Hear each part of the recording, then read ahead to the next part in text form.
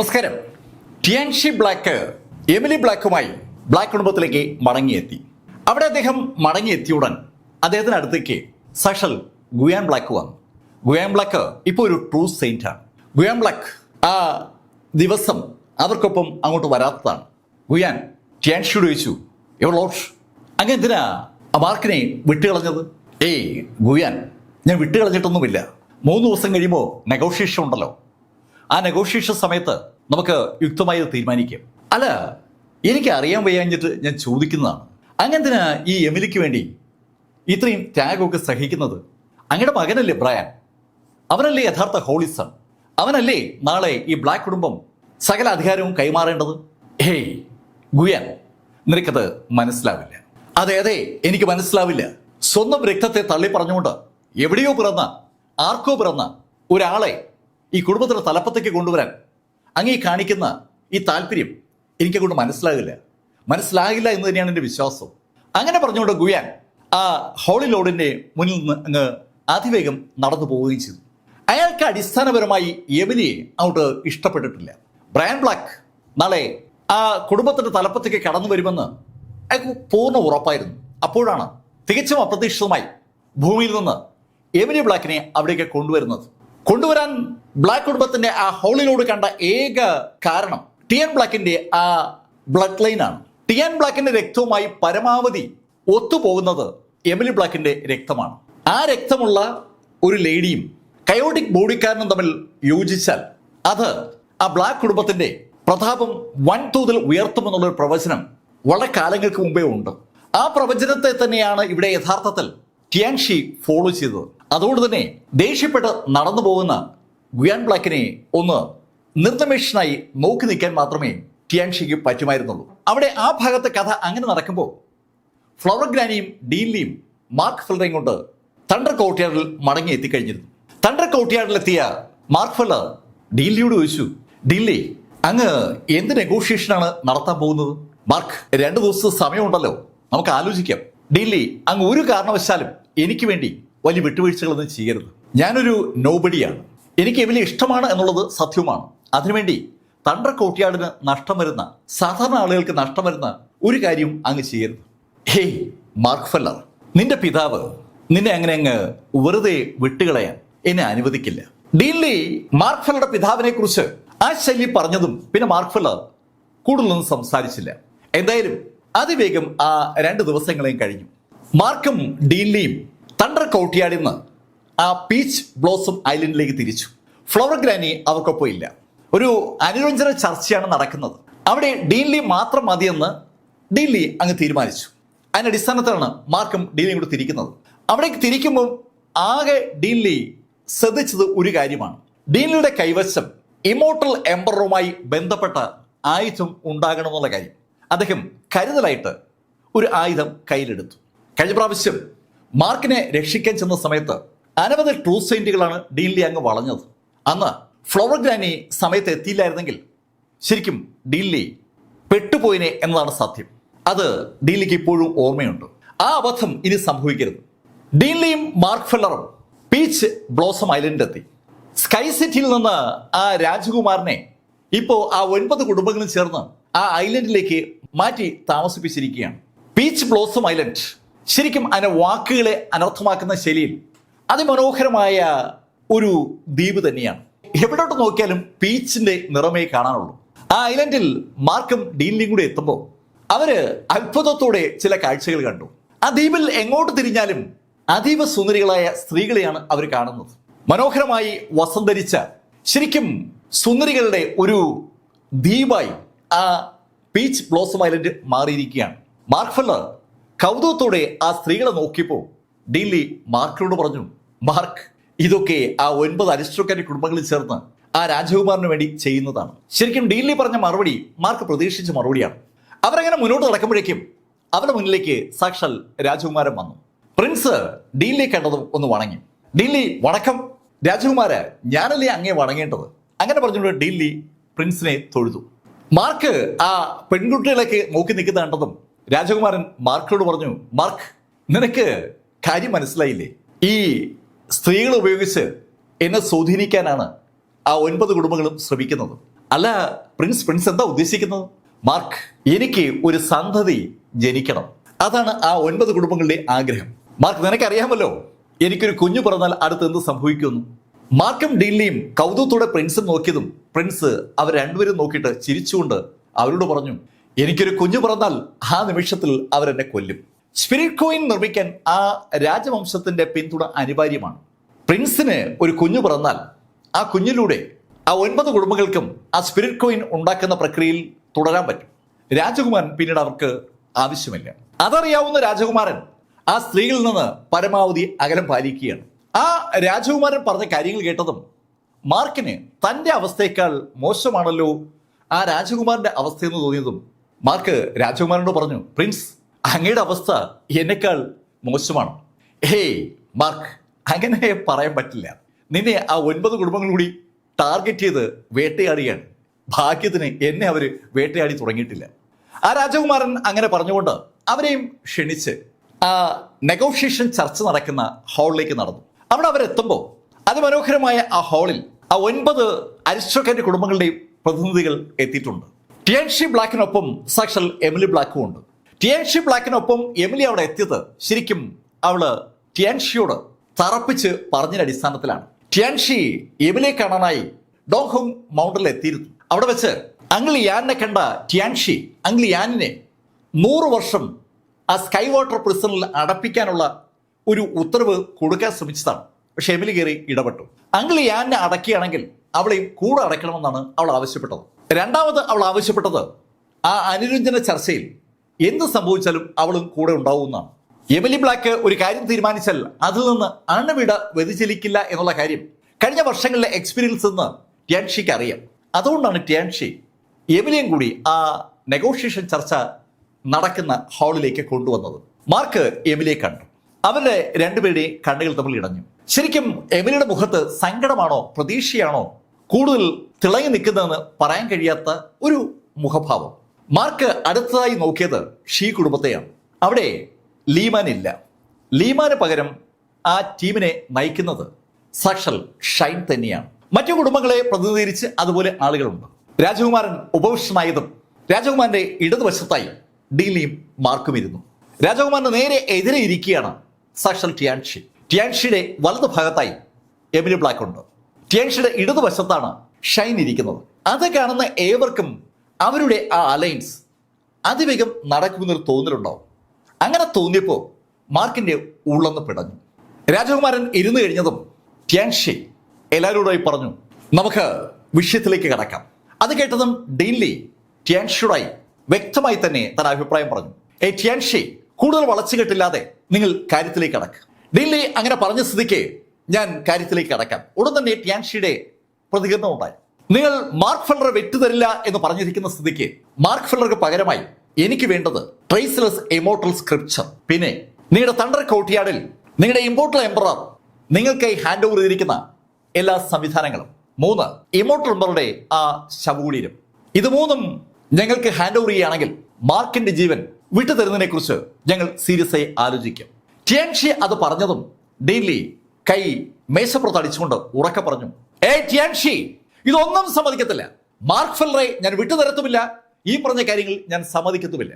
അങ്ങനെ ടിയാൻഷിയോട് ഡീൻലി പറഞ്ഞതും ആ 9 അരിസ്റ്റോക്രാറ്റിക് കുടുംബങ്ങൾക്കൊപ്പം വന്ന ട്രൂ സെയിന്റുകൾ ഒരു സ്റ്റെപ്പ് മുന്നോട്ട് കയറിയതും അവരുടെ ബോഡിയിൽ നിന്ന് അതിശക്തമായ ഓറ പുറത്തേക്ക് വരികയും ചെയ്തു. ശരിക്കും ഒരു കില്ലിംഗ് ഓറ എല്ലാവരും പുറത്തെടുത്തതും ആ ഹോള് ഒന്ന് വിറച്ചു എന്ന് പറയാം. ആ പീച്ച് ബ്ലോസം ഐലൻഡിലെ ഏതാണ്ട് മുകൾ ഭാഗത്താണ് ആ ഹോൾ സ്ഥിതി ചെയ്യുന്നത്. ആ ഹോളിൽ നിന്ന് നോക്കുമ്പോൾ ചുറ്റുമുള്ള ആളുകളേക്ക് നമുക്ക് കാണാം. ആ ദ്വീപിന്റെ പുറത്ത് വളരെ വിശാലമായ ഒരു ബീച്ചുണ്ട്, വൻ കരയോട് ചേർന്നുകൊണ്ട്. ആ ബീച്ചിൽ ഒരുപാട് ആളുകളുണ്ട്. മനോഹരമായ ബീച്ച് ആയതുകൊണ്ട് ഈ മീറ്റിംഗ് നടക്കുന്ന സമയത്തും അവിടെ ആളുകളുണ്ട്. അവിടെ അവർക്ക് പുറമെ ഈ നെഗോഷിയേഷൻ ചർച്ചയെക്കുറിച്ച് അറിയാവുന്ന ആളുകളും എത്തിയിരിക്കുകയാണ്. ശരിക്കും എന്തെങ്കിലുമൊക്കെ സംഭവിക്കുമെന്നുള്ള ഒരു തോന്നലുള്ളത് കൊണ്ടാണ് ആളുകളൊക്കെ അവിടെ ഓടി എത്തിയിരിക്കുന്നത്. ഒരുപാട് പ്രഭു കുടുംബങ്ങളുണ്ട്. അവിടെ നിന്നൊക്കെ യോദ്ധാക്കൾ എന്താകും റിസൾട്ട് എന്നറിയാൻ വന്നിരിക്കുകയാണ്. ആ 9 കുടുംബങ്ങളെ പ്രതിനിധീകരിച്ചുകൊണ്ട് ആ ട്രൂ സെന്റുകൾ ചാടി എണീറ്റതും അവിടെ ഓറ റിലീസായ ആ നിമിഷത്തിൽ ശരിക്കൊരു പ്രഷർ മുകളിൽ നിന്ന് താഴേക്ക് അനുഭവപ്പെട്ടു തുടങ്ങി. ദ്വീപിന് പുറത്തു നിൽക്കുന്ന ആളുകൾക്കും ദ്വീപിനകത്തുള്ള ആ സുന്ദരിമാർക്കൊക്കെ ആ പ്രഷർ സ്വാഭാവികമായി അനുഭവപ്പെടുകയാണ്.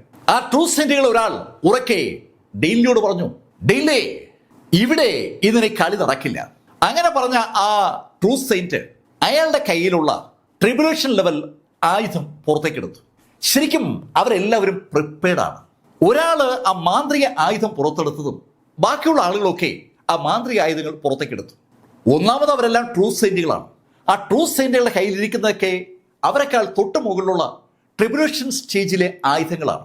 ശക്തരായ ആ 9 ട്രൂ സെയിന്റുകളും അതിശക്തമായി ഡീലിയെ ആക്രമിക്കാൻ വേണ്ടി റെഡിയായിട്ടാണ് വന്നിരിക്കുന്നത്. കഴിഞ്ഞ പ്രാവശ്യം ആ ആസ്റ്റർ മൗണ്ടന്റെ അടുത്ത് സംഭവിച്ചത് ഇവിടെ സംഭവിക്കാതിരിക്കാൻ അവർ പ്രിപ്പയർഡാണ്. ഈ സമയത്ത് ഈ പ്രശ്നത്തിൽ നിന്ന് ഇടപെടാതെ നിശബ്ദനായി ഇരിക്കുകയാണ് സാക്ഷൽ ഷൈൻ. ടിയാൻഷിയും മിണ്ടാതിരിക്കുകയാണ്.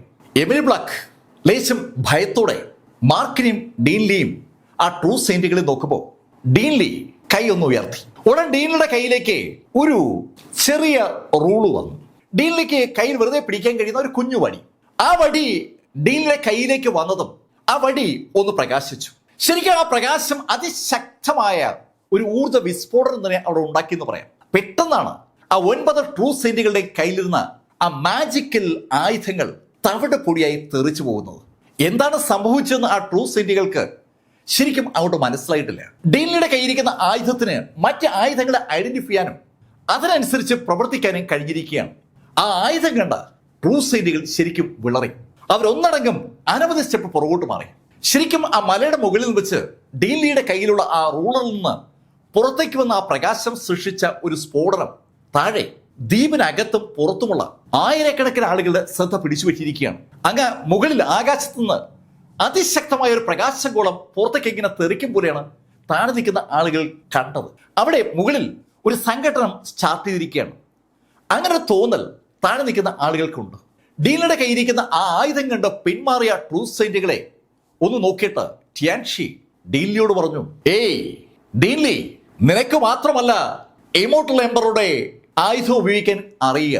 അങ്ങനെ ടിയാൻഷി പറഞ്ഞതും ടിയാൻഷിയുടെ കയ്യിൽ ചെറിയൊരു ഗോളാകൃതിയിലുള്ള പിടിയുള്ള ഒരു സംഭവം പ്രത്യക്ഷപ്പെട്ടു. ശരിക്കും ഒരു ഗോളത്തിന്റെ താഴെ ഒരു പിടിയും, അങ്ങനെ ഒരു സംഭവമാണ് അയാളുടെ കയ്യിൽ വന്നത്. അയാളുടെ കയ്യിൽ ആ ആയുധം വന്നതും ആ ഗോളത്തിൽ നിന്ന് ശക്തമായ പ്രകാശം ഡീൻലിയുടെ കയ്യിരിക്കുന്ന ആ റൂളർ നേരെ കണ്ണഞ്ചിക്കുന്ന വേഗതയിൽ പാഞ്ഞു. അതേസമയത്ത് ഡീൻലിയുടെ കയ്യിലിരുന്ന ആ റൂളറിൽ നിന്ന് ആ ഗ്ലോബിന് നേരെ പ്രകാശം പായുകയും ചെയ്തു. അത് രണ്ടും കൂട്ടിമുട്ടിയതും ഡീൻലിയുടെയും ടിയാൻഷിയുടെയും കയ്യിലിരുന്ന ആയുധങ്ങൾ അവരുടെ കയ്യിൽ നിന്ന് ആകാശത്തേക്ക് അങ്ങ് ഉയർന്നു. ശരിക്കും എന്താണ് സംഭവിക്കുന്നതെന്ന് ആ ട്രൂ സെയിന്റുകൾക്കോ കൂടെയുള്ള ആളുകൾക്കോ മനസ്സിലാക്കിയ മുമ്പ് ആ 2 ആയുധങ്ങളും ആകാശത്ത് നേർക്ക് നേർ നിൽക്കുകയാണ്. രണ്ടിൽ നിന്നും ശക്തമായ ഓറ പുറത്തേക്ക് വരികയാണ്. അതേസമയത്ത് തന്നെ അതിശക്തമായ പ്രകാശ ബീമുകൾ 2 ആയുധങ്ങളും പരസ്പരം തൊടുക്കുകയാണ്. ഡീൻലിയുടെ കയ്യിലിരുന്ന ആയുധം ആ തണ്ടർ കോർട്ട്യാർഡിന്റെ സ്ഥാപകൻ ഇമോർട്ടൽ എംപറർ ലീ ഉപയോഗിച്ചുകൊണ്ടിരുന്ന ആയുധമാണ്. അതേസമയത്ത് ടിയാൻഷിയുടെ കയ്യിലിരുന്ന ആ ആയുധം, ആ പിടിയുള്ള ഗ്ലോബ്, ബ്ലാക്ക് കുടുംബത്തിന്റെ സ്ഥാപകൻ ടിയാൻഷി ബ്ലാക്ക് ഉപയോഗിച്ചുകൊണ്ടിരുന്ന ആയുധമാണ്. 2 ആയുധങ്ങളും ഇമോർട്ടൽ ചക്രവർത്തിമാരുടെ ആയുധങ്ങളാണ്. അതിശക്തരായ 2 ഇമോർട്ടൽ ചക്രവർത്തിമാർ ഇതാ മുഖാമുഖം കാലങ്ങൾക്ക് ശേഷം അവരുടെ ആയുധങ്ങളുടെ രൂപത്തിൽ ഏറ്റുമുട്ടുകയാണ്. കണ്ണഞ്ചിക്കുന്ന വേഗത്തിലുള്ള ഏറ്റുമുട്ടലാണ് നടക്കുന്നത്. അതിശക്തമായ ബീമുകൾ 2 ഭാഗത്തേക്കും അതിവേഗം പായുമ്പോൾ അവ ഇടയ്ക്ക് വെച്ച് ഒന്ന് കൂട്ടിമുട്ടും. അത് കൂട്ടിമുട്ടുമ്പോൾ സ്വാഭാവികമായി തരംഗങ്ങളുടെ വൻ ശൃംഖലയാണ് സൃഷ്ടിക്കപ്പെടുന്നത്. ആ തരംഗങ്ങൾ അതിവേഗം താഴേക്ക് പായുമ്പോൾ ഇവിടെ മുകളിൽ നിൽക്കുന്ന ട്രൂ സെയിന്റുകൾക്ക് അവരുടെ ബോഡി പ്രൊട്ടക്റ്റഡ് ആണ്. അതുപോലെ പ്രിൻസിന്റെ ബോഡിയും പ്രൊട്ടക്റ്റഡ് ആണ്. എമിലി ബ്ലാക്കിന്റെ ബോഡിയും പ്രൊട്ടക്റ്റഡ് ആണ്. മാർക്കിന്റെ ബോഡിയിൽ ആ ഊജിയുടെ ഡ്രസ്സുണ്ട്. അങ്ങനെ അല്ലാത്ത ആളുകൾ ഒരുപാട് ആ പീച്ച് ബ്ലോസം ഐലൻഡിലുണ്ട്. സുന്ദരികളായ യുവതികൾ, പിന്നെ പ്രിൻസിനെ സേവിക്കാനായി എത്തിയിരിക്കുന്ന ഒരുപാട് ജീവനക്കാർ. ഇവർക്ക് പുറമെ ആ ദ്വീപിന്റെ മറുകരയിൽ ആ ബീച്ചിൽ ഉല്ലാസത്തിലെത്തിയ ആളുകൾ, ഈ സംഭവ വികാസങ്ങൾ കാണാനെത്തിയ ആളുകൾ, ഇവരൊക്കെ ഉണ്ട്. അവരുടെ മുകളിലേക്കാണ് ശക്തമായി മുകളിൽ നിന്ന് ആ തരംഗങ്ങൾ വന്നിടിച്ചത്. എന്തെങ്കിലും ചെയ്യാൻ കഴിയുമ്പോൾ ആ തരംഗങ്ങൾ ആ ആൾക്കൂട്ടത്തെ ഒന്നൊടുങ്ങൻ കൊന്നൊടുക്കി. നിമിഷ നേരം കൊണ്ട് ആയിരക്കണക്കിന് ആളുകളാ കൊല്ലപ്പെട്ടത്. 2 ഇമോർട്ടൽ ചക്രവർത്തിമാർ ഏറ്റുമുട്ടുമ്പോൾ അതിന് സമീപത്ത് പോലും ആരും ഉണ്ടാകാൻ പാടില്ല എന്നതാണ് സത്യം. കണ്ണഞ്ചിക്കുന്ന വേഗതയിൽ ശക്തമായ ആ പ്രഹരം 100 കണക്കിന് തവണയാണ് രണ്ട് ആയുധങ്ങൾ തമ്മിൽ നടത്തിയത്. തൽഫലമായി ചുറ്റുപാടുള്ള സകലതും തകർത്ത് തരിപ്പണമായി. ആ പ്ലീച്ച് ബ്ലോസം ഐലൻഡിൽ ആ ട്രൂ സെയിന്റുകളും മാർക്കും ഒക്കെ ഇരിക്കുന്ന ആ ബിൽഡിംഗ് ഉൾപ്പെടെ സകലതും തകർന്ന് തരിപ്പണമാവുകയാണ്. ഇപ്പോ അവരെല്ലാവരും അങ്ങനെ എണീറ്റ് നിൽക്കുകയാണ്. രണ്ടുപേരും ഡീൻലിയും ടിയാൻഷിയും അവരുടെ ആയുധങ്ങളിൽ ശ്രദ്ധ കേന്ദ്രീകരിച്ചിരിക്കുകയാണ്. ഈ സമയത്താണ് മാർക്ക് താഴെയുള്ള കാഴ്ചകൾ കാണുന്നത്. താഴെ തെരുവിൽ ആളുകൾ ഓടി ഒളിക്കുകയാണ്. എങ്ങോട്ട് ഓടി ഒളിച്ചാലും ഈ ഫൈറ്റിന്റെ അനുരണനമായി ഉണ്ടാകുന്ന തരംഗങ്ങളും തീയും അതുപോലെ പ്രഷറും അവരെ ഫോളോ ചെയ്യുകയാണ്. ബീച്ചൊക്കെ തകർന്ന് തരിപ്പണമായി. അവിടെ ഉണ്ടായിരുന്ന റെസ്റ്റോറൻറ്റുകളും സംവിധാനങ്ങളൊന്നും ഇപ്പോൾ അങ്ങനെ ഒരു സാധനം ഉണ്ടെന്ന് പോലും തിരിച്ചറിയാൻ കഴിയാത്ത ശൈലിയിൽ തകർന്നിരിക്കുകയാണ്. പീച്ച് ബ്ലോസം ഐലൻഡ് നേരത്തെ മാർക്കും ഡീൻലിയും കണ്ട ശൈലിയിലേ അല്ല, ഏതാണ്ട് തകർന്ന് തരിപ്പണമായിരിക്കുകയാണ്. എല്ലാ ഭാഗത്തേക്കും ആ തരംഗങ്ങൾ പായുന്നു. മാർക്ക് ഫെല്ലർ അമ്പരപ്പോടെ ആ കാഴ്ചയിലേക്ക് നോക്കിയിട്ട് തന്റെ ഇരിപ്പിടത്ത് ചാടി എണീറ്റ് അവർക്ക് രണ്ടുപേർക്കും ഇടയിലേക്ക് ഓടി വന്ന് രണ്ടുപേരോടായി പറഞ്ഞു, ഏയ് നിർത്ത് നിർത്ത്. മാർക്ക് അങ്ങനെ പറഞ്ഞിട്ടും ഡീൻലിയും ടിയാൻഷിയും രണ്ടുപേരും അവരുടെ കൈകൾ ആ ആയുധങ്ങളുമായി കണക്ട് ചെയ്ത് ഉപയോഗിച്ചിരിക്കുകയാണ്. ശരിക്കും അവരുടെ രണ്ടുപേരുടെയും കൈകളുടെ നിയന്ത്രണത്തിലാണ് ആ രണ്ട് ആയുധങ്ങളും. ആ ആയുധങ്ങൾ പരസ്പരം അവരുടെ ശക്തി ഉപയോഗിച്ചുകൊണ്ട് ഏറ്റുമുട്ടിക്കൊണ്ടിരിക്കുകയാണ്. മാർക്ക് പെട്ടെന്ന് ടിയാൻഷിയുടെ മുന്നിലേക്ക് ഓടിക്കേറിയിട്ട് അദ്ദേഹത്തോടായി പറഞ്ഞു, ഞാൻ നിങ്ങൾക്കൊപ്പം വരാം, നിങ്ങൾക്ക് എന്നെ എന്ത് വേണമെങ്കിലും ചെയ്യാം, ഈ ഫൈറ്റ് അവസാനിപ്പിക്കുക. മാർക്ക് ഫെല്ലർ അങ്ങനെ പറഞ്ഞതും ഡീൻലി മാർക്കിനോട് പറഞ്ഞു, മാർക്ക് അത് വേണ്ട, ഡീൻലി അതങ്ങനെ അല്ല, ഇത് ഇങ്ങനെ പോയാൽ പറ്റില്ല, ഞാൻ എന്നെതാ സമർപ്പിക്കുകയാണ്. ടിയാൻഷിയോടായി അതിനുശേഷം മാർക്ക് പറഞ്ഞു, ഹോളി ലോർഡ്, അങ്ങേക്ക് എന്നെ കൊല്ലുകയോ ഉപദ്രവിക്കുകയോ പീഡിപ്പിക്കുകയോ എന്ത് വേണമെങ്കിലും ചെയ്യാം, ഞാൻ അങ്ങേക്ക് മുന്നിൽ കീഴടങ്ങിയിരിക്കുകയാണ്. മാർക്ക് അങ്ങനെ തീർത്തു പറഞ്ഞതും ടിയാൻഷി കൈയൊന്നരക്കി. ആ നിമിഷത്തിൽ ആ ആയുധം ടിയാൻഷിയുടെ കയ്യിലേക്ക് മടങ്ങിയെത്തി. അതേ നിമിഷത്ത് തന്നെ ഡീൻലിയുടെ കയ്യിൽ ആ റൂളറും മടങ്ങിയെത്തി. പെട്ടെന്ന് ഒരു കൊടുങ്കാറ്റ് കഴിഞ്ഞ ശാന്തത അവിടെ ദൃശ്യമായി. മാർക്ക് ഫെല്ലറോടായി ടിയാൻഷി ചോദിച്ചു, മാർക്ക്, നീ പറഞ്ഞത് വാസ്തവമാണോ? അതെ ഹോളി ലോർഡ്, ഞാൻ പറഞ്ഞത് വാസ്തവമാണ്. ഞാൻ എന്നെ പൂർണ്ണമായും അങ്ങേക്ക് സമർപ്പിക്കുന്നു, അങ്ങേക്ക് എന്നെ കൊല്ലാം. ശരിക്കും ഈ നിമിഷത്തിൽ തകർന്നു പോയത് എമിലി ബ്ലാക്ക് ആണ്. എമിലി മാർക്ക് എന്ന് വിളിച്ചുകൊണ്ട് മുന്നോട്ട് ഓടാൻ പോയതും ടിയാൻഷി കൈയൊന്നനക്കി. ആ നിമിഷത്തിൽ ഒരു ഫോഴ്സ് എമിലിയെ പുറകോട്ടങ്ങ് തള്ളി മാറ്റി. ബ്ലാക്ക് കുടുംബത്തോടൊപ്പമുള്ള ട്രൂ സെയിന്റുകൾ എമിലിയെ അവരുടെ കസ്റ്റഡിയിലേക്ക് എടുക്കുകയും ചെയ്തു. എമിലിക്ക് അനങ്ങാൻ പറ്റാത്ത സാഹചര്യം. ഡീൻലി മാർക്കിനോട് പറഞ്ഞു, മാർക്ക്, നീ എന്തായി കാണിക്കുന്നത്? ഡീൻലി, അതങ്ങനെയല്ല, ഞാൻ എന്നെ സമർപ്പിച്ചില്ലെങ്കിൽ ഇവിടെ ഈ അനർത്ഥങ്ങൾ കൂടിക്കൊണ്ടേയിരിക്കും. അങ്ങനെ മാർക്ക് പറഞ്ഞതും ടിയാൻഷി മാർക്കിനോട് ചോദിച്ചു, മാർക്ക്, നീ ആലോചിച്ചിട്ടാണോ പറയുന്നത്? യുവർ ലോർഡ്, അങ്ങേക്ക് സാധാരണ ആളുകളെ മനസ്സിലാകില്ല. ആ തെരുവിൽ ഇവിടെ നിന്ന് നമ്മൾ നോക്കുമ്പോൾ കാണുന്ന ആളുകളുടെ സന്തോഷം വളരെ ചെറിയ കാര്യങ്ങളുമായി ബന്ധപ്പെട്ടാണ് നിൽക്കുന്നത്. അവർക്ക് വൈകുന്നേരം ജോലി കഴിഞ്ഞ് മടങ്ങി വരുമ്പോൾ കുടുംബത്തിലെത്തുമ്പോൾ ഒരു സന്തോഷമുണ്ട്. ചെറിയ ചെറിയ കാര്യങ്ങളാണ് അവർ സന്തോഷിപ്പിക്കുന്നത്. വീട്ടിലേക്ക് മടങ്ങിയെത്തുമ്പോൾ കുഞ്ഞുങ്ങളുടെ പുഞ്ചിരി കണ്ടാൽ അവർക്ക് അത് തന്നെ വലിയ സന്തോഷമാകും. ചെറിയ ചെറിയ കാര്യങ്ങളാണ് അവരെ സന്തോഷിപ്പിക്കുന്നത്. പക്ഷേ താങ്കൾക്കത് മനസ്സിലാവില്ല. താങ്കൾ ജനിച്ചു വീണത് വായിൽ സ്വർണ്ണ കരണ്ടിയുമായിട്ടാണ്. അങ്ങേക്ക് എന്താ ഇല്ലാത്തത്? എല്ലാം ഉണ്ട്. അങ്ങ് പറയുന്ന കാര്യം കേൾക്കാനും ഉൾക്കൊള്ളാനും ചെയ്തു തരാനും 100 കണക്കിനോ 1000 കണക്കിനോ സേവകരുണ്ട്. അങ്ങ് ഒരിക്കലും ഒന്നിനു വേണ്ടിയും അലഞ്ഞിട്ടില്ല. പക്ഷേ നമ്മൾ ഈ കാണുന്ന ആളുകളൊക്കെ അങ്ങനെ അല്ല. അവരൊരു ഡ്രസ്സ് വാങ്ങണമെങ്കിൽ, ഒരു നേരത്തെ ആഹാരം കഴിക്കണമെങ്കിൽ അവർ അധ്വാനിക്കണം. അങ്ങനെ അധ്വാനിച്ച് അവരുണ്ടാക്കിയ അവരുടെ പണം ഉപയോഗിച്ച് അവർ നേടുന്ന ഓരോ ചെറിയ കാര്യത്തിനും അതിൻ്റെതായ വിലയുണ്ട്, മൂല്യമുണ്ട്. അങ്ങേക്ക് അത് മനസ്സിലാകില്ല.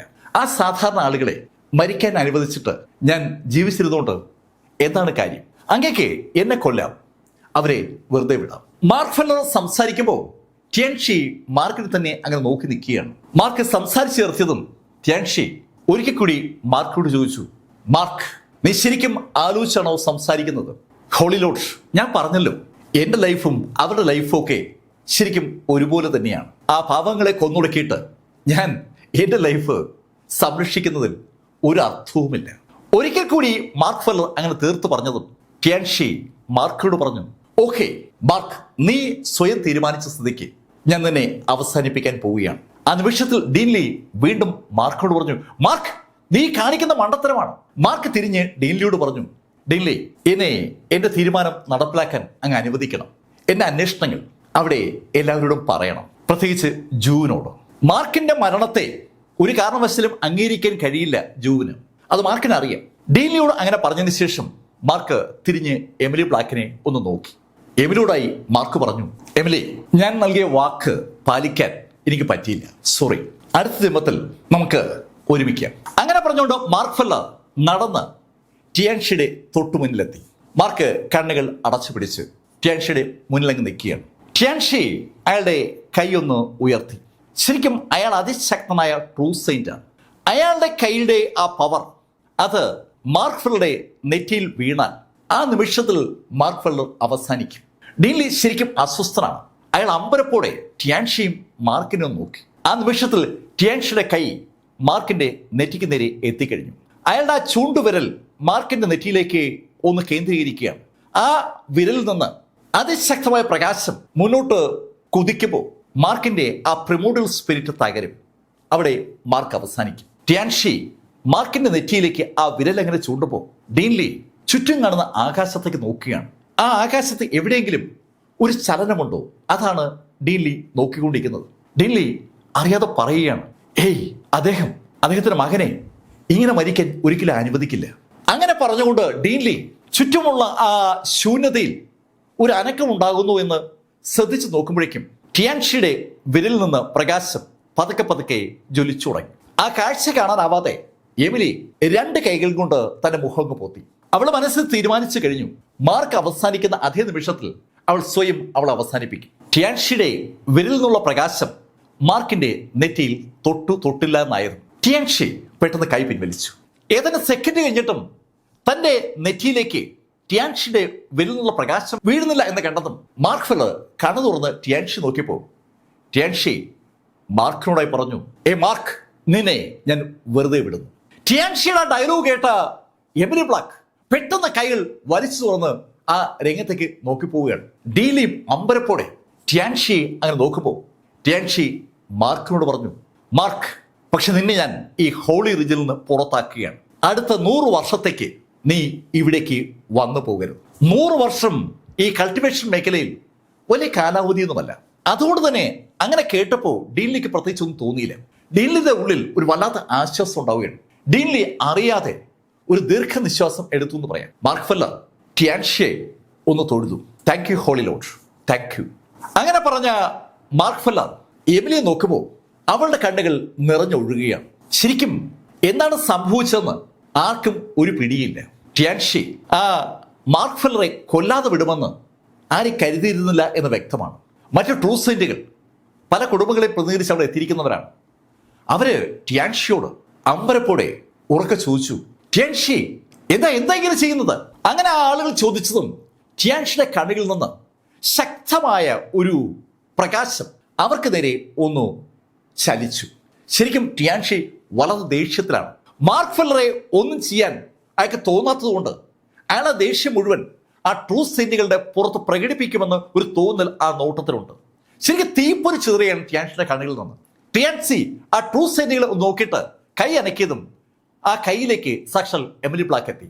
എമിലി ബ്ലാക്കിനെ കൊണ്ട് ടിയാൻഷി അതിവേഗം അവിടുന്ന് ബ്ലാക്ക് കുടുംബത്തിലേക്ക് തിരിച്ചു. ആ കുടുംബവുമായി ബന്ധപ്പെട്ട ട്രൂ സെയിന്റുകൾ അദ്ദേഹത്തെ ഫോളോ ചെയ്യുകയും ചെയ്തു. ഈ സമയം വരെയും നിശബ്ദനായി നിൽക്കുകയാണ് സാക്ഷാൽ ഷീഷൈൻ മാർക്കിന്റെ അടുത്തെത്തി. മാർക്കിന്റെ അടുത്ത് ഷീഷൈൻ എത്തിയതും മാർക്ക് ഷൈനോട് പറഞ്ഞു, ഷൈൻ, എമിലിക്ക് നിന്നെ ഇഷ്ടമല്ല എന്നുള്ള കാര്യം അറിയില്ലേ? മാർക്ക്, അതെനിക്കറിയാം. എമിലിക്ക് നിന്നെയാണ് ഇഷ്ടമെന്നും എനിക്കറിയാം. അതൊക്കെ അവിടെ നിൽക്കട്ടെ. മാർക്ക്, നിനക്ക് ഞാനൊരു ചാൻസ് തരാം. ഹോളി ലോർഡ് ടിയാൻഷി അടുത്ത 100 വർഷത്തേക്ക് നീ ഇവിടേക്ക് വരരുതെന്ന് പ്രഖ്യാപിച്ചിട്ടുണ്ടോ? ഓക്കെ, അതങ്ങനെ തന്നെ നിൽക്കട്ടെ. ഈ 100 വർഷത്തിനിടയിലേക്ക് നീ ഇവിടേക്ക് വരണമെങ്കിൽ ഒരു കാര്യം സംഭവിക്കണം. നീ ശക്തനാകണം. ശക്തനായാൽ മാത്രമേ നിനക്ക് ഇവിടേക്ക് വരാൻ പറ്റൂ. നിനക്ക് ടിയാൻഷിയെ തോൽപ്പിക്കാൻ പറ്റണം. എങ്കിലേ നിനക്ക് ഇവിടെ വരാൻ കഴിയും. മാർക്ക്, ഞാൻ ഈ 100 വർഷവും നിനക്ക് വേണ്ടി കാത്തു നിൽക്കും. ഈ 100 വർഷത്തിനിടയിൽ ഞാൻ എമിലിയെ വിവാഹം ചെയ്യത്തുമില്ല. ഷൈൻ വളരെ വ്യക്തമായിട്ടാണ് ആ ഡയലോഗ് പറഞ്ഞത്. അങ്ങനെ പറഞ്ഞിട്ട് ഷൈൻ മാർക്കിന്റെ ഷോൾഡറും തട്ടിയിട്ട് അതിവേഗം അവിടെ നിന്ന് പോവുകയും ചെയ്തു.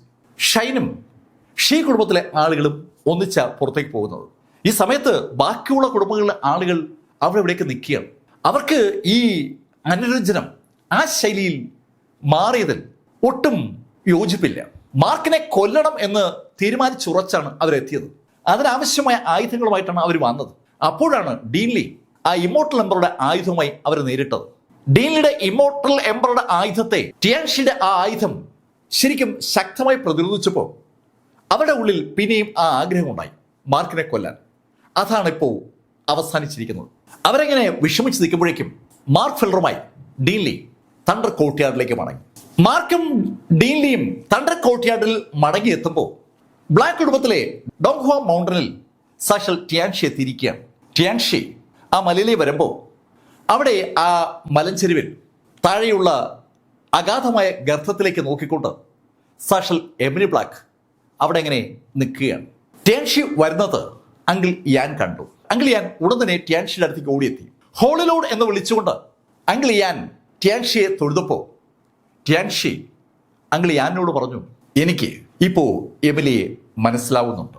ഹോളി ലോർഡ് അങ്ങ് പറഞ്ഞു വരുന്നത്? യാൻ, എന്തുകൊണ്ട് എമിലി മാർക്കിനെ ഇഷ്ടപ്പെടുന്നു എന്നത് എനിക്ക് ഇന്നാണ് മനസ്സിലായത്. വെറും സാധാരണ ആളുകൾക്ക് വേണ്ടി സ്വന്തം ജീവൻ ത്യജിക്കാൻ അവന് ഒരു മടിയും ഉണ്ടായിരുന്നില്ല. അങ്ങനെ വരുമ്പോൾ അവനെ അവൾ ഇഷ്ടപ്പെട്ടതിൽ ഞാൻ എങ്ങനെയാ അവളെ കുറ്റപ്പെടുത്തുക? അങ്ങനെ ഹോളി ലോർഡ് ടിയാൻഷി പറഞ്ഞപ്പോൾ അങ്കിൾ യാൻ ടിയാൻഷിയോട് ചോദിച്ചു, ഹോളി ലോർഡ്, പക്ഷേ അങ്ങ് വെറുതെ വിട്ടെങ്കിലും ബാക്കിയുള്ള ആളുകൾ മാർക്കിനെ വെറുതെ വിടില്ലല്ലോ. യാൻ, അതിൽ എനിക്കൊന്നും ചെയ്യാൻ പറ്റില്ല. അവന് കഴിവുണ്ടെങ്കിൽ അവൻ പിടിച്ചു നിൽക്കട്ടെ. ശരിക്കും ടിയാൻഷി ബ്ലാക്ക് വളരെ വ്യക്തമായ ഒരു തീരുമാനമാണ് എടുത്തത്.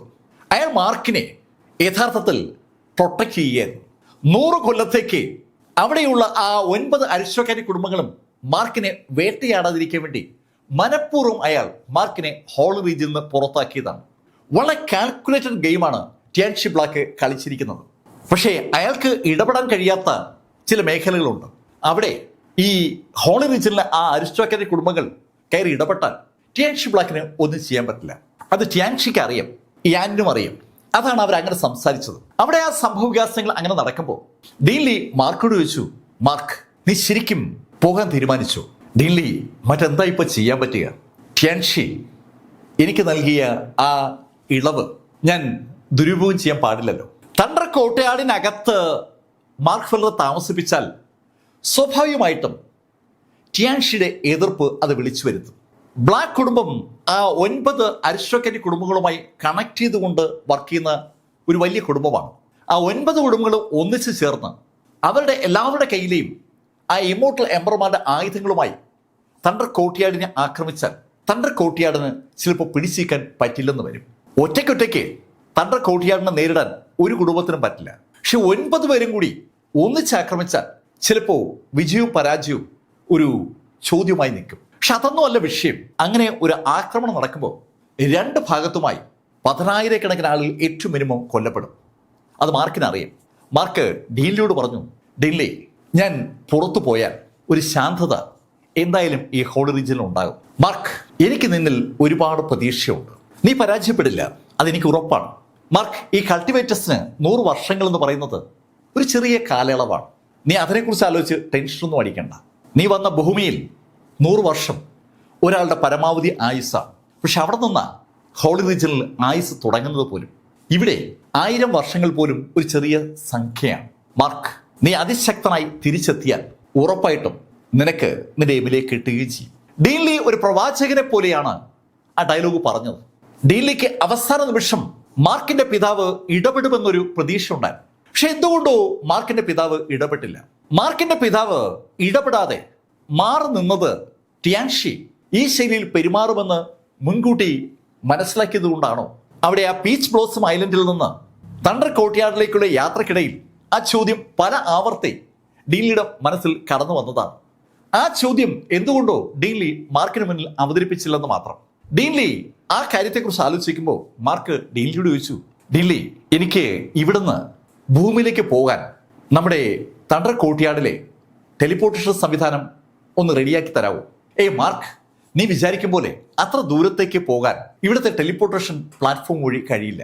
അത് കേട്ടപ്പോൾ മാർക്കിന് വല്ലാത്ത അതിശയം. തണ്ടർ കോർട്ട്യാർഡിൽ ചേർന്ന് കിടക്കുന്ന സ്ഥലമാണ് സദേൺ പ്രോവിൻസ്. ആ സദേൺ പ്രോവിൻസിലെ ഹെവൻലി ക്ലൗഡ് സെക്ഷന്റെ ആ പ്ലാറ്റ്ഫോമിൽ നിന്നാണ് ആളുകൾ ഭൂമിയിലെത്തിയതും മാർക്കിനെയും ടീമിനെയും ഇവിടേക്ക് കൊണ്ടുവന്നത്.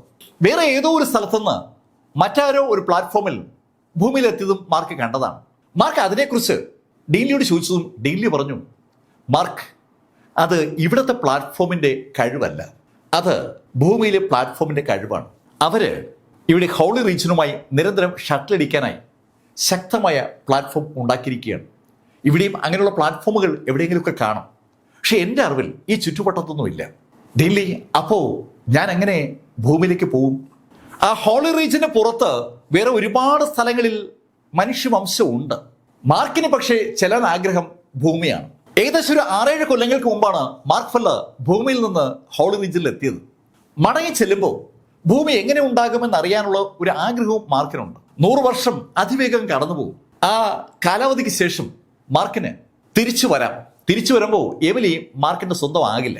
100 കൊല്ലങ്ങൾക്കകത്ത് മാർക്ക് കടന്നു വരണം അതിശക്തനായി. എന്നാൽ മാത്രമേ മാർക്കിന് എമിലിയെ കിട്ടത്തുള്ളൂ. അത് മാർക്കിനോട് ഷൈൻ പറഞ്ഞ ആ വാചകത്തിനകത്തുണ്ട്. മാർക്ക് ആ കാര്യത്തെക്കുറിച്ച് ഡീലിയോട് സംസാരിച്ചതും ഡീലി മാർക്കിനോട് പറഞ്ഞു, മാർക്ക്, അതിനൊക്കെ ഒരു സംവിധാനമുണ്ട്, നീ യാത്ര ചെയ്യാനുള്ള ഒരു തയ്യാറെടുപ്പ് എടുക്കും. മാർക്ക് ഉടൻ തന്നെ മാർക്കിന്റെ ആ ട്രേസ്ലെസ് ഇമോർട്ടൽ സ്ക്രിപ്ചർ ഡീലിയുടെ കയ്യിൽ നിന്ന് വാങ്ങിച്ചു. അവിടെ ഒരുപാട് ആളുകളോട് മാർക്കിന് യാത്ര പറയണമെന്നുണ്ട്. പക്ഷെ ആരോടും യാത്ര പറയാൻ മാർക്ക് നിന്നില്ല. ആരോടെങ്കിലും യാത്ര പറഞ്ഞാൽ അതെങ്ങാനും ജൂ അറിയുകയാണെങ്കിൽ വിഷയമാണ്. ജൂ ആ സമയത്ത് സെക്ലൂഷനിലാണ്. ജൂ ഒരു ബ്രേക്ക് ത്രൂ ശ്രമിച്ചുകൊണ്ടിരിക്കുകയാണ്. ജൂ എപ്പോൾ വേണമെങ്കിലും ആ സെക്ലൂഷൻ സ്ഥലത്ത് നിന്ന് പുറത്തു വരാം. ജൂ പുറത്തു വരുന്നതിന് മുന്നേ മാർക്ക് അവിടെ നിന്ന് കടന്നിരിക്കണം. അല്ലെങ്കിൽ ജൂ മാർക്കിനൊപ്പം വരാൻ നിർബന്ധം പിടിക്കും. മാർക്കിന് ആ കാര്യം ഉറപ്പാണ്. ഡീൻലി മാർക്ക് റെഡിയായെന്ന് കണ്ടതും മാർക്കിനെയും കൊണ്ട് ആ ബിൽഡിങ്ങിന്റെ ഏറ്റവും മുകളിലത്തെ നിലയിലേക്ക് കടന്നു. മാർക്ക് അതുവരെ കടന്നു ചെല്ലാത്ത ഒരു സ്ഥലത്തേക്കാണ് മാർക്കിനെയും കൊണ്ട് ഡീൻലി എത്തിയത്. അവിടെ വിശാലമായ ആ ടെറസിന്റെ മുകളിൽ മാർക്കിനെയും കൊണ്ട് ഡീൻലി എത്തിയപ്പോൾ മാർക്ക് അവിടെ കണ്ട കാഴ്ച കണ്ട് ശരിക്കും അങ്ങനെ അങ്ങ് നിന്ന് പോവുകയാണ്. അവിടെ ഒരു യുദ്ധക്കപ്പൽ റെഡിയാക്കി നിർത്തിയിരിക്കുകയാണ്. മാർക്ക് അമ്പരപ്പോടെ ആ യുദ്ധക്കപ്പലിലേക്ക് നോക്കുന്നുണ്ടതും ഡീൻലി മാർക്കിനോട് പറഞ്ഞു, മാർക്ക്, ഇത് ഇമോർട്ടൽ എംപറർ ലീയുടെ യുദ്ധക്കപ്പലാണ്. അദ്ദേഹത്തിന്റെ ജീവിതകാലത്ത് ഒരുപാട് യുദ്ധങ്ങൾ നടത്തിയത് ഈ കപ്പലിൽ യാത്ര ചെയ്തിട്ടാണ്. ഈ കപ്പലിൽ യാത്ര ചെയ്യുമ്പോഴാണ് അദ്ദേഹം മറ്റ് ഇമോർട്ടൽ ചക്രവർത്തിമാരുമായിട്ട് ഏറ്റുമുട്ടിയതും അവരെയൊക്കെ കൊലപ്പെടുത്തി. മാർക്ക്, അദ്ദേഹം ഈ കപ്പലിൽ യാത്ര ചെയ്താണ് ഈ ലോകം മുഴുവൻ തരണം ചെയ്തത്. ഈ പ്രപഞ്ചത്തിന്റെ എല്ലാ അറ്റത്തേക്കും അദ്ദേഹം ഈ കപ്പലിൽ യാത്ര ചെയ്തിട്ടുണ്ട്. മാർക്കിനെ ശരിക്കും അമ്പരപ്പിച്ച കുറെ വിവരങ്ങളാണ് ഡീൻലി ആ കപ്പലിന്റെ കാര്യവുമായി ബന്ധിപ്പിച്ച് മാർക്കിനോട് പറഞ്ഞത്. ഡീൻലി മാർക്കിനെയും കൊണ്ട് ആ കപ്പലിലേക്ക് കയറി. ശരിക്കും ആ യുദ്ധക്കപ്പൽ ഒരു വല്ലാത്ത സൃഷ്ടി തന്നെയാണ്. മാർക്ക് അതിശയത്തോടെ ആ കപ്പലിനകത്തുള്ള ഓരോ കാര്യങ്ങളും അങ്ങനെ നോക്കുമ്പോൾ അവിടെ കപ്പലിൽ വിശാലമായ ഒരു പ്ലാറ്റ്ഫോം കണ്ടു. അതൊരു മുറിയാണ്.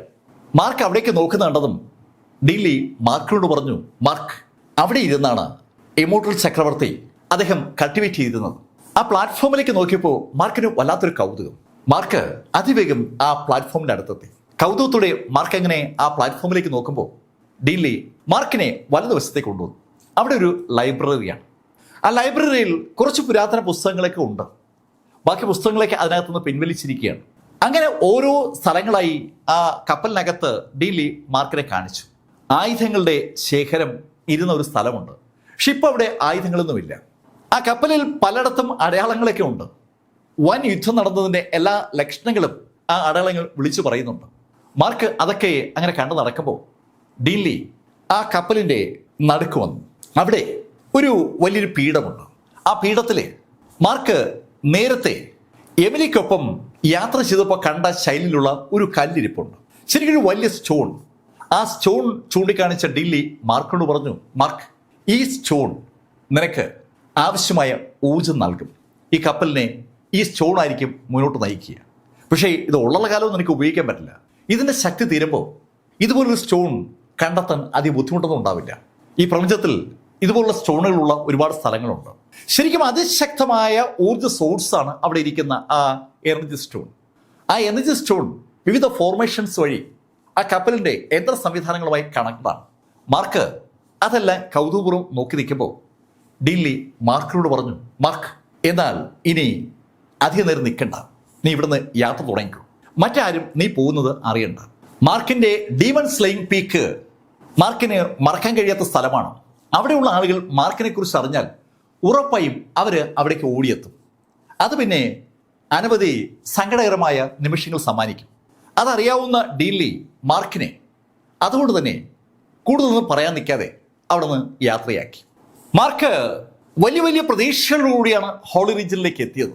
ആ ഹെവൻലി ക്ലൗഡ് സെക്ഷന്റെ ടെലിപ്പോർട്ടേഷൻ പ്ലാറ്റ്ഫോമിലൂടെ മാർക്ക് ആ ഹോളി റീജിയനിൽ വന്നിറങ്ങിയത് എമിലി ബ്ലാക്കിനെ സ്വന്തമാക്കണമെന്നുള്ള ഒരൊറ്റ ആഗ്രഹത്താലാണ്. ഇപ്പൊ ഇതാ അതേ എമിലി ബ്ലാക്കിന്റെ അടുത്ത് നിന്ന് മാർക്ക് വീണ്ടും ഭൂമിയിലേക്ക് മടങ്ങുകയാണ്. മാർക്ക് ആ ഷിപ്പിലേക്ക് കയറി. ഷിപ്പ് നിമിഷ നേരം കൊണ്ട് ആകാശത്തേക്ക് പറന്നുയർന്നു. ഡീൻലി താഴെ അങ്ങനെ നോക്കി നിൽക്കുമ്പോൾ മാർക്ക് കണ്ണു നിന്ന് മറയുകയും ചെയ്തു. മാർക്കിന്റെ ആ കപ്പൽ അതിവേഗം പായുമ്പോൾ മാർക്കിന് ആ കപ്പലിനകത്ത് ഇഷ്ടംപോലെ സ്പിരിച്വൽ എനർജി ലഭ്യമാണ്.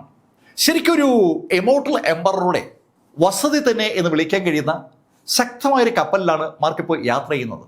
അധികം സമയം കഴിയുമ്പോൾ മാർക്കിനെ വഹിച്ചുകൊണ്ട് ആ കപ്പൽ അങ്ങനെ ആകാശത്തൂടെ അങ്ങനെ പറന്നു പോകുമ്പോൾ താഴെ മാർക്കിന് ആ ഹെവൻലി ക്ലൗഡ് സെക്ഷനും അനുബന്ധ സംവിധാനങ്ങളൊക്കെ ദൃശ്യമാവുകയാണ്. മാർക്കിൻ്റെ ആ കപ്പൽ സാവധാനം ആ ഏരിയ വിട്ട് ആസ്റ്റർ മൗണ്ടൻ മലയുടെ മുകളിൽ കൂടി നക്ഷത്രങ്ങളുടെ ലോകത്തേക്ക് കടന്നു.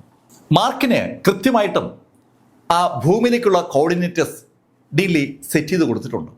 ഡീൻലിക്ക് ആ കോർഡിനേറ്റേഴ്സ് അറിയാം. ആ കോർഡിനേറ്റേഴ്സ് ഫിക്സ് ചെയ്തിരിക്കുന്നതുകൊണ്ട് മാർക്കിന് ഭയക്കേണ്ട കാര്യമില്ല. ആ കപ്പൽ ഉറപ്പായും ശൂന്യാകാശത്തിലൂടെ ഭൂമിയിൽ എത്തിച്ചേരുക തന്നെ ചെയ്യും. മാർക്ക് അതുകൊണ്ട് തന്നെ കൂടുതലൊന്നും ആലോചിക്കാതെ ചമ്രം പടിഞ്ഞിരുന്ന് ധ്യാനത്തിലേക്ക് കടന്നു. അനിശ്ചിതമായ കൾട്ടിവേഷൻ അത് മാത്രമാണ് മാർക്കിന് മുന്നിലുള്ള ഏക മാർഗം. എത്രയും പെട്ടെന്ന് ട്രൂ സെയിന്റ് ആകണം. ട്രൂ സെയിന്റായി മാറിയാൽ മാത്രമേ മാർക്കിന് ഹോളി റീജിയനിൽ പിടിച്ചു നിൽക്കാൻ പറ്റൂ. ട്രൂ സെയിന്റ് അല്ലാത്തടത്തോളം കാലം മാർക്ക് ഓട്ടിക്കപ്പെട്ടുകൊണ്ടേയിരിക്കും.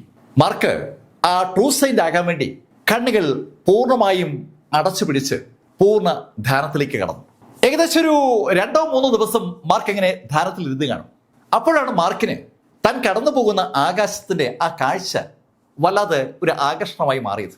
ശരിക്കും ഇരുട്ടാണ് ചുറ്റും. ആ ഇരുട്ടത്ത് ആകാശത്ത് അങ്ങിങ്ങ് നക്ഷത്രങ്ങൾ കാണാം. ആ നക്ഷത്ര പ്രകാശമല്ലാതെ വേറെ ഒന്നുമില്ല. മാർക്കിനെ വഹിച്ചുകൊണ്ട് ആ യുദ്ധക്കപ്പൽ പായുന്നത് കണ്ണഞ്ചിക്കുന്ന വേഗതയിലാണ്. ഭൂമിയിൽ ആ ശൈലിയിലൊരു വാഹനം പായുന്നതിനെ കുറിച്ച് ആലോചിക്കാനേ പറ്റില്ല. ബഹിരാകാശത്തേക്ക് പായുന്ന റോക്കറ്റുകളെക്കാൾ എത്രയെങ്കിലും മടങ്ങ് വേഗതയുണ്ട് ആ യുദ്ധക്കപ്പലിന്.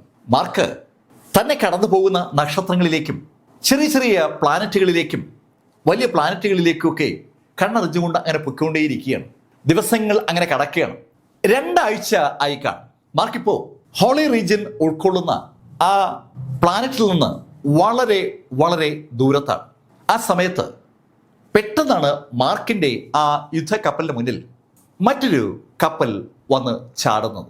ശരിക്കും ഒരു കൂറ്റൻ കപ്പൽ മാർക്കിന്റെ കപ്പലിനെ അങ്ങനെ ബ്ലോക്ക് ചെയ്തു എന്ന് പറയാം. മാർക്ക് പെട്ടെന്ന് തന്റെ കപ്പൽ സ്റ്റോപ്പായപ്പോൾ അത്ഭുതത്തോടെ മുന്നോട്ട് നോക്കുമ്പോഴാണ് ആ കാഴ്ച കണ്ടത്. യാവോ കുടുംബത്തിന്റെ ഒരു കൂറ്റൻ കപ്പലാണ് അവിടെ വന്നു നിൽക്കുന്നത്. മാർക്ക് അമ്പരപ്പോടെ കപ്പലിലേക്ക് നോക്കുമ്പോൾ 2 ട്രൂ സെയിന്റുകൾ ആ കപ്പലിന്റെ ഡെക്കിൽ പ്രത്യക്ഷപ്പെട്ടു. ഏയ് മാർക്ക് ഫെല്ലർ, നീ അങ്ങനെ രക്ഷപ്പെട്ടാൽ അത് ശരിയാകില്ലല്ലോ. മാർക്കിന്റെ മുന്നിൽ ഇതാ ഒരു വൻ അപകടം എത്തിയിരിക്കുകയാണ്. 2 ആളുകളും ട്രൂ സെയിന്റുകളാണ്. മാർക്കിന് അവരോട് പിടിച്ചിരിക്കാൻ പറ്റില്ല. മാർക്ക് പക്ഷേ അടുത്ത നിമിഷത്തിൽ തന്റെ ഓറ റിലീസ് ചെയ്ത് ബാറ്റിൽ വേർഡ് ഫോർമുല ആക്ടിവേറ്റ് ചെയ്ത് അവരെ നേരിടാൻ റെഡിയായി. അത് കണ്ടതും ആ ട്രൂ സെയിന്റുകൾ ഒന്ന് ചിരിച്ചു. മാർക്ക്, നിന്റെ ഈ പരിപാടിയൊന്നും ഞങ്ങളുടെ മുന്നിൽ ഒന്നുമല്ല. അങ്ങനെ പറഞ്ഞുകൊണ്ട് അവർ റെഡി ആകുമ്പോഴേക്കും മാർക്ക് ഫെല്ലർ മുന്നോട്ട് കുതിച്ച് അവരെ അറ്റാക്ക് ചെയ്യുകയും ചെയ്തു. ഡിഫൻസ് അല്ല, അറ്റാക്കാണ് അവിടെ വേണ്ടതെന്ന് മാർക്കിന് നന്നായിട്ട് അറിയാം. സെയിൻറ്റ്ലി ബോഡി ടെക്നിക്ക് ആക്ടിവേറ്റ് ചെയ്തിരിക്കുന്ന മാർക്ക് ഫെല്ലർ ബോഡി പ്രൊട്ടക്ട് ചെയ്തുകൊണ്ട് അതിവേഗം മുന്നോട്ട് കുതിച്ച് ആകാശത്ത് നിന്ന് ചാടി ഉയർന്ന് ആ ട്രൂ സെയിന്റുകൾക്ക് നേരെ ആഞ്ഞൊന്ന് പഞ്ച് ചെയ്യുമ്പോൾ ആ ട്രൂ സെയിന്റ് ആദ്യം പുഞ്ചിരിയോടുകൂടിയാണ് മാർക്കിന്റെ ആ പഞ്ചിനെ കണ്ടത്. പക്ഷെ ആ പഞ്ച് തന്റെ അടുത്തേക്ക് പാഞ്ഞു വരുന്ന കണ്ടതും അയാൾക്ക് അപകടം മണത്തു. അയാൾ പെട്ടെന്ന് ഒരു സീല് സൃഷ്ടിച്ച് ആ പഞ്ചിനെ തടുത്തു. അയാൾ ആക്ച്വലി ഒരു ട്രൂ സെയിന്റ് ആണ്, അതിശക്തനാണ്. അതുകൊണ്ട് തന്നെ അയാൾക്ക് മാർക്കിന്റെ ആ പഞ്ചിനെ നിർവീര്യമാക്കാൻ പറ്റി. പക്ഷെ അടുത്ത നിമിഷത്തിൽ അയാളും കൂടെയുള്ള ആ ട്രൂ സെയിന്റ് ചേർന്ന് മാർക്കിനെ 2 ഭാഗത്തു നിന്നും അറ്റാക്ക് ചെയ്തു തുടങ്ങി. അട്ടിപ്പൊള്ളി ഒരു യുദ്ധം ആ ശൂന്യാകാശത്ത് ആ രണ്ട് യുദ്ധക്കപ്പലുകളിൽ നിന്ന് അങ്ങോട്ടും ഇങ്ങോട്ടും നടക്കുകയാണ്.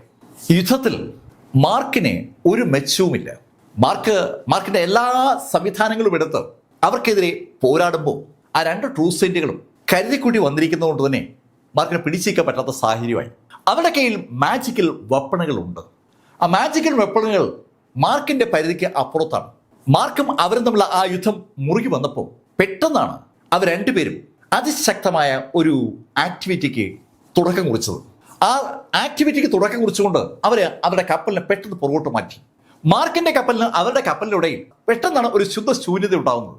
എന്താണ് സംഭവിക്കുന്നത് മാർക്കിന് മനസ്സിലാക്കും മുമ്പ് മാർക്കിന്റെ തൊട്ടു മുന്നിൽ അതിശക്തമായ ഒരു കറുത്ത കുഴി പ്രത്യക്ഷപ്പെട്ടു എന്ന് പറയാം. മാർക്ക് നേരത്തെ ഈ ശൈലിയിലുള്ള ആക്ഷൻ കണ്ടിട്ടുണ്ട്. ഹെവൻലി ക്ലൗഡ് സെക്ഷന്റെ ആ സെക്ഷൻ മാസ്റ്റർ ശ്രീറാമിന്റെ റാഷമോൺ ഈ ശൈലിയിലാണ് വർക്ക് ചെയ്യുന്നത്. ശരിക്കും സ്പേസിനെ ഒരു കറുത്ത കുഴിയാക്കി മാറ്റി സകലതിനെയും ആ കുഴിയിലേക്ക് വലിച്ചിടുന്ന ഒരു രീതി ശ്രീറാമിനുണ്ട്. മാർക്ക് അമ്പരപ്പോടെ തന്റെ തൊട്ടുമുന്നിലെ ആ കുഴി കാണുമ്പോഴേക്കും മാർക്കിന്റെ കപ്പലും അതിവേഗം ആ കുഴിയിലേക്ക് വീണു. ശരിക്കും മാർക്കിന് പ്രതികരിക്കാൻ കഴിയുമ്പോൾ മാർക്കും കപ്പലും ആ കുഴിയിലേക്ക് അങ്ങനെ താണു പോവുകയാണ്. മാർക്കിന് ഒന്നും ചെയ്യാൻ പറ്റാത്ത ശൈലിയിൽ ഒരു കറുത്ത കുഴിയിലേക്ക് മാർക്ക് ആ കപ്പലോടൊപ്പം താന്നു തുടങ്ങി. താഴേക്ക് പാഞ്ഞു പോകുന്ന കപ്പലിൽ നിന്ന് രക്ഷപ്പെടാൻ വേണ്ടി മാർക്ക് മുകളിലേക്ക് കുതിക്കുമ്പോൾ മാർക്ക് അമ്പരപ്പോടെ ആ കാഴ്ച കണ്ടു. മുകൾ ഭാഗത്ത് ആ കുഴി അടഞ്ഞടഞ്ഞു വരുന്ന കാഴ്ച. മാർക്ക് ആ കുഴിയുടെ മുകൾ ഭാഗത്തേക്ക് പാഞ്ഞെത്തിയെങ്കിലും പെട്ടെന്ന് ആ കുഴി അങ്ങ് അടഞ്ഞു. ശരിക്കും കണ്ണ് പൂർണ്ണമായി അടഞ്ഞതുപോലെയാണ് മാർക്കിന് തോന്നിയത്. ഇരുട്ടല്ലാതെ വേറെ ഒന്നുമില്ല. എങ്ങോട്ട് തിരിഞ്ഞാലും പൂർണ്ണമായ ഇരുട്ട്. മാർക്ക് ചുറ്റും കൈകൊണ്ടൊക്കെ ഒന്ന് ഇടിച്ചു നോക്കി. ഒരിടത്തും കൈ സ്പർശിക്കുന്നില്ല. മുകളിലേക്ക് ഇടിക്കുമ്പോഴും അവിടെ ഒന്നുമില്ല. അവിടെയും ശുദ്ധ ശൂന്യതയാണ്. സെക്കൻഡുകൾ പെട്ടെന്നാണ് മിനിറ്റുകളായത്. മിനിറ്റുകൾ കൂടുന്നതോടുകൂടി മാർക്കിന് സ്ഥലകാല ബോധവും നഷ്ടമാവുകയാണ്. പൂർണ്ണമായ ഇരുട്ടിൽ ചവിട്ടി നിൽക്കാൻ ഒരു പ്രതലം പോലുമില്ലാതെ മാർക്ക് ആ ശൂന്യതയിൽ അങ്ങനെ നിൽക്കുമ്പോൾ മാർക്കിന്റെ മനസ്സ് ഒരു വല്ലാതെ അസ്വസ്ഥമായി തുടങ്ങി. താൻ ശരിക്കും റാഷമോൺ പോലുള്ള ഒരു പ്രതിഭാസത്തിന്റെ ഉള്ളിലായിരിക്കുകയാണ്. പെട്ടെന്നാണ് മാർക്കിന് ആ യുദ്ധക്കപ്പലിനെ കുറിച്ച് ഓർമ്മ വന്നത്. എവിടെയെങ്കിലും ചവിട്ടി നിൽക്കണമല്ലോ. മാർക്ക് അതിവേഗം താഴേക്ക് മൂവ് ചെയ്ത് തുടങ്ങി. കുറച്ച് മുന്നോട്ട് പോയപ്പോൾ താഴേക്കാണോ വശത്തേക്കാണോ എന്നൊന്നും അറിയാൻ കഴിയാത്ത ഒരു സാഹചര്യമാണ്. എവിടെയും ഒരുപോലെയാണ്. മാർക്ക് ഒത്തിരി താഴേക്ക് നീങ്ങിയിട്ടും ആ യുദ്ധക്കപ്പലിൽ ചവിട്ടാൻ മാർക്കിന് പറ്റിയതുമില്ല. മാർക്കിന്റെ ഡിവൈൻ സെൻസ് ഒന്ന് ആക്ടിവേറ്റ് ചെയ്ത് ചുറ്റും ഒന്ന് നോക്കാൻ ശ്രമിച്ചു. ഡിവൈൻ സെൻസിൽ നിന്നും ചുറ്റും ഒന്ന് കാണാൻ കഴിയുന്നില്ല. ചുറ്റും ഇരുട്ട് മാത്രം. മാർക്കിന്റെ ഡിവൈൻ ഐ ഒന്ന് തുറന്നു നോക്കി. അതിനും ഒന്നും കാണാൻ പറ്റുന്നില്ല. ഇരുട്ട് അത് മാത്രമേ ചുറ്റുമുള്ളൂ. മാർക്ക് ആ ഇരുട്ടത്ത് അങ്ങനെ താന്ന് പോവുകയാണ്. പൂർണ്ണമായ ഇരുട്ടിനകത്ത് ഒരാൾ പെട്ടു എന്ന് മാത്രമല്ല, ആ ഇരുട്ട് ശരിക്കും ഒരു കുഴിയിലുമാണ്. ആ കുഴിയിൽ താഴേക്ക് പോകാനല്ലാതെ മാർക്കിന് വേറെ ഒന്നും ചെയ്യാൻ പറ്റുന്നില്ല. ശരിക്കും മാർക്ക് ആ ഇരുട്ടിലൂടെ അങ്ങനെ ചലിച്ചുകൊണ്ടേ ഇരിക്കുകയാണ്. അങ്ങനെ ചലിക്കുമ്പോൾ മാർക്കിന്റെ മനസ്സിൽ ആ റാഷമോൺ കടന്നു വരികയാണ്. റാഷമോണിനകത്ത് പെടുന്ന ആളുകൾക്ക് എന്താണ് സംഭവിക്കുന്നതെന്ന് പുറത്തുള്ള ആർക്കും അറിയില്ല. മാർക്ക് ഇത് ആദ്യമായി ആ റാഷമോൺ പോലുള്ള ഒരു ഓയിഡിനകത്ത് പെട്ടിരിക്കുകയാണ്. ശുദ്ധ ശൂന്യതയാണ് അകത്തുള്ളത്. ഒരു ശബ്ദം പോലുമില്ല. ശബ്ദവുമില്ല, വെളിച്ചവുമില്ല. അതുമാത്രമല്ല, ഒന്നുമില്ല. തൊടാനോ സ്പർശിക്കാൻ പോലും ഒന്നുമില്ല. ചുറ്റും ശൂന്യത, വായുവുമില്ല. സമയം മുന്നോട്ട് പോകുന്തോറും മാർക്കിന്റെ എല്ലാ നിയന്ത്രണങ്ങളും വിട്ടുടങ്ങി. മാർക്ക് ഉറക്കെ അലറുകയൊക്കെ ചെയ്യുന്നുണ്ട്. അലറുകയും കരയുകയും ഒക്കെ ചെയ്യുന്നുണ്ട്. ശരിക്കും ദേഷ്യം കൊണ്ട് ചുറ്റുപാടുമൊക്കെ ഓടി നടന്ന് ഇടിക്കുന്നുണ്ട്. എവിടെ ഇടിക്കാൻ? ചുറ്റും എന്തെങ്കിലും ഉണ്ടെങ്കിലേ ഇടിക്കാൻ പറ്റൂ. ഒന്നുമില്ല. എങ്ങോട്ട് തിരിഞ്ഞാലും മാർക്കിന് ശൂന്യത മാത്രം. ഈ സമയത്ത് മാർക്ക് ഒരിടത്തും തട്ടിയിട്ടില്ല. അവിടെ ആ ശൂന്യതയിൽ മാർക്കിന് അങ്ങനെ നിൽക്കാൻ പറ്റുന്നുണ്ട്. അത് മാത്രമാണ് ആകെ നടക്കുന്ന കാര്യം. അതേസമയത്ത് ആ ശൂന്യത മൂവ് ചെയ്യുന്നുണ്ടെന്നുള്ള ഒരു തോന്നലും മാർക്കിനുണ്ട്. മാർക്ക് എങ്ങോട്ടോ മൂവ് ചെയ്തുകൊണ്ടിരിക്കുകയാണ്. എവിടേക്കാ മാർക്കിനെ ആ ശൂന്യത വലിച്ചുകൊണ്ട് പോകുന്നത്? മാർക്കിന് ഒരു പിടിയില്ല. സമയം കഴിയുന്തോറും മറ്റൊരു പ്രതിഭാസം കൂടി മാർക്കിന് അനുഭവപ്പെടുന്നുണ്ട്. ശരിക്കൊരു പ്രഷർ മാർക്കിന് അനുഭവപ്പെടുകയാണ്. ആ ശൂന്യത മാർക്കിനെ ശരിക്കും പ്രസ് ചെയ്ത് മാർക്കിനെ ഇല്ലാതാക്കുന്ന ഒരു പ്രവർത്തനം.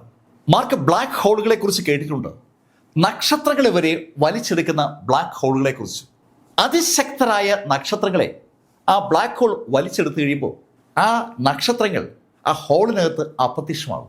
ആ അപ്രത്യക്ഷമാകൽ ശരിക്കും ഒരു വല്ലാത്ത പ്രതിഭാസമാണ്. നക്ഷത്രങ്ങളെ വരെ ബ്ലാക്ക് ഹോളുകൾക്ക് അപ്രത്യക്ഷമാക്കാൻ പറ്റും. പിന്നെയാണോ ഒരു മാർക്ക് ഫെല്ലർ? അങ്ങനെ ചിന്ത മാർക്കിന്റെ മനസ്സിലേക്ക് വന്നതും മാർക്ക് വല്ലാതെ പരിഭ്രാന്തിയിലെത്തുകയാണ്. മാർക്ക് എന്ത് ചെയ്യണമെന്നറിയാതെ പല കാര്യങ്ങളും ചെയ്തു നോക്കുകയാണ്. പല ശൈലിയിലും മാർക്ക് ആക്ട് ചെയ്ത് നോക്കുന്നുണ്ട്. ഒന്നും അങ്ങോട്ട് ഏൽക്കുന്നില്ല.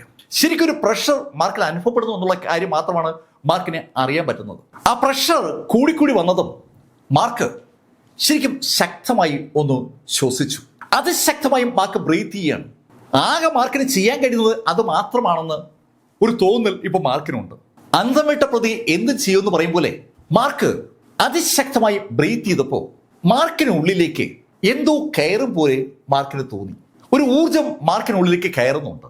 പക്ഷെ ആ ഊർജം മാർക്കിനുള്ളിലേക്ക് കയറിയപ്പോൾ മാർക്കിന്റെ ബോഡിക്കുള്ളിൽ സങ്കല്പിക്കാനാവാത്ത വിധം പെയിൻ അനുഭവപ്പെടുകയാണ്.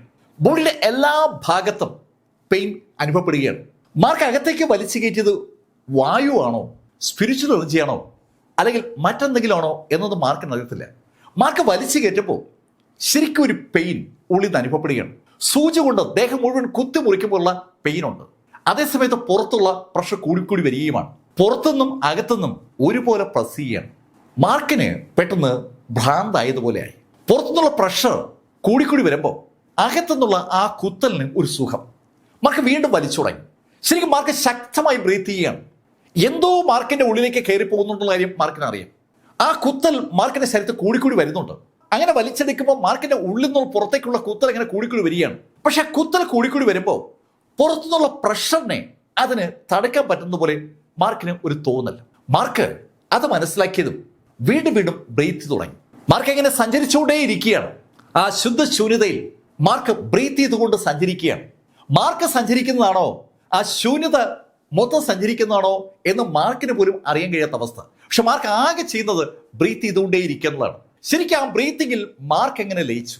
സമയം അതിവേഗം അങ്ങ് കടന്നു പോവുകയാണ്. പെട്ടെന്നാണ് ഒരാഴ്ച അങ്ങ് കടന്നുപോയത്.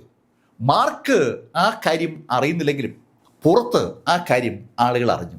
ഒരാഴ്ചയായ കാര്യം. യാവോ കുടുംബത്തിൽ ആ 2 എൽഡേഴ്സും ആ വിവരം റിപ്പോർട്ട് ചെയ്തു. അവരുടെ ആ സ്പേസ് ഷിപ്പ് യാവോ കുടുംബത്തിൽ അന്നാണ് മടങ്ങിയെത്തിയത്.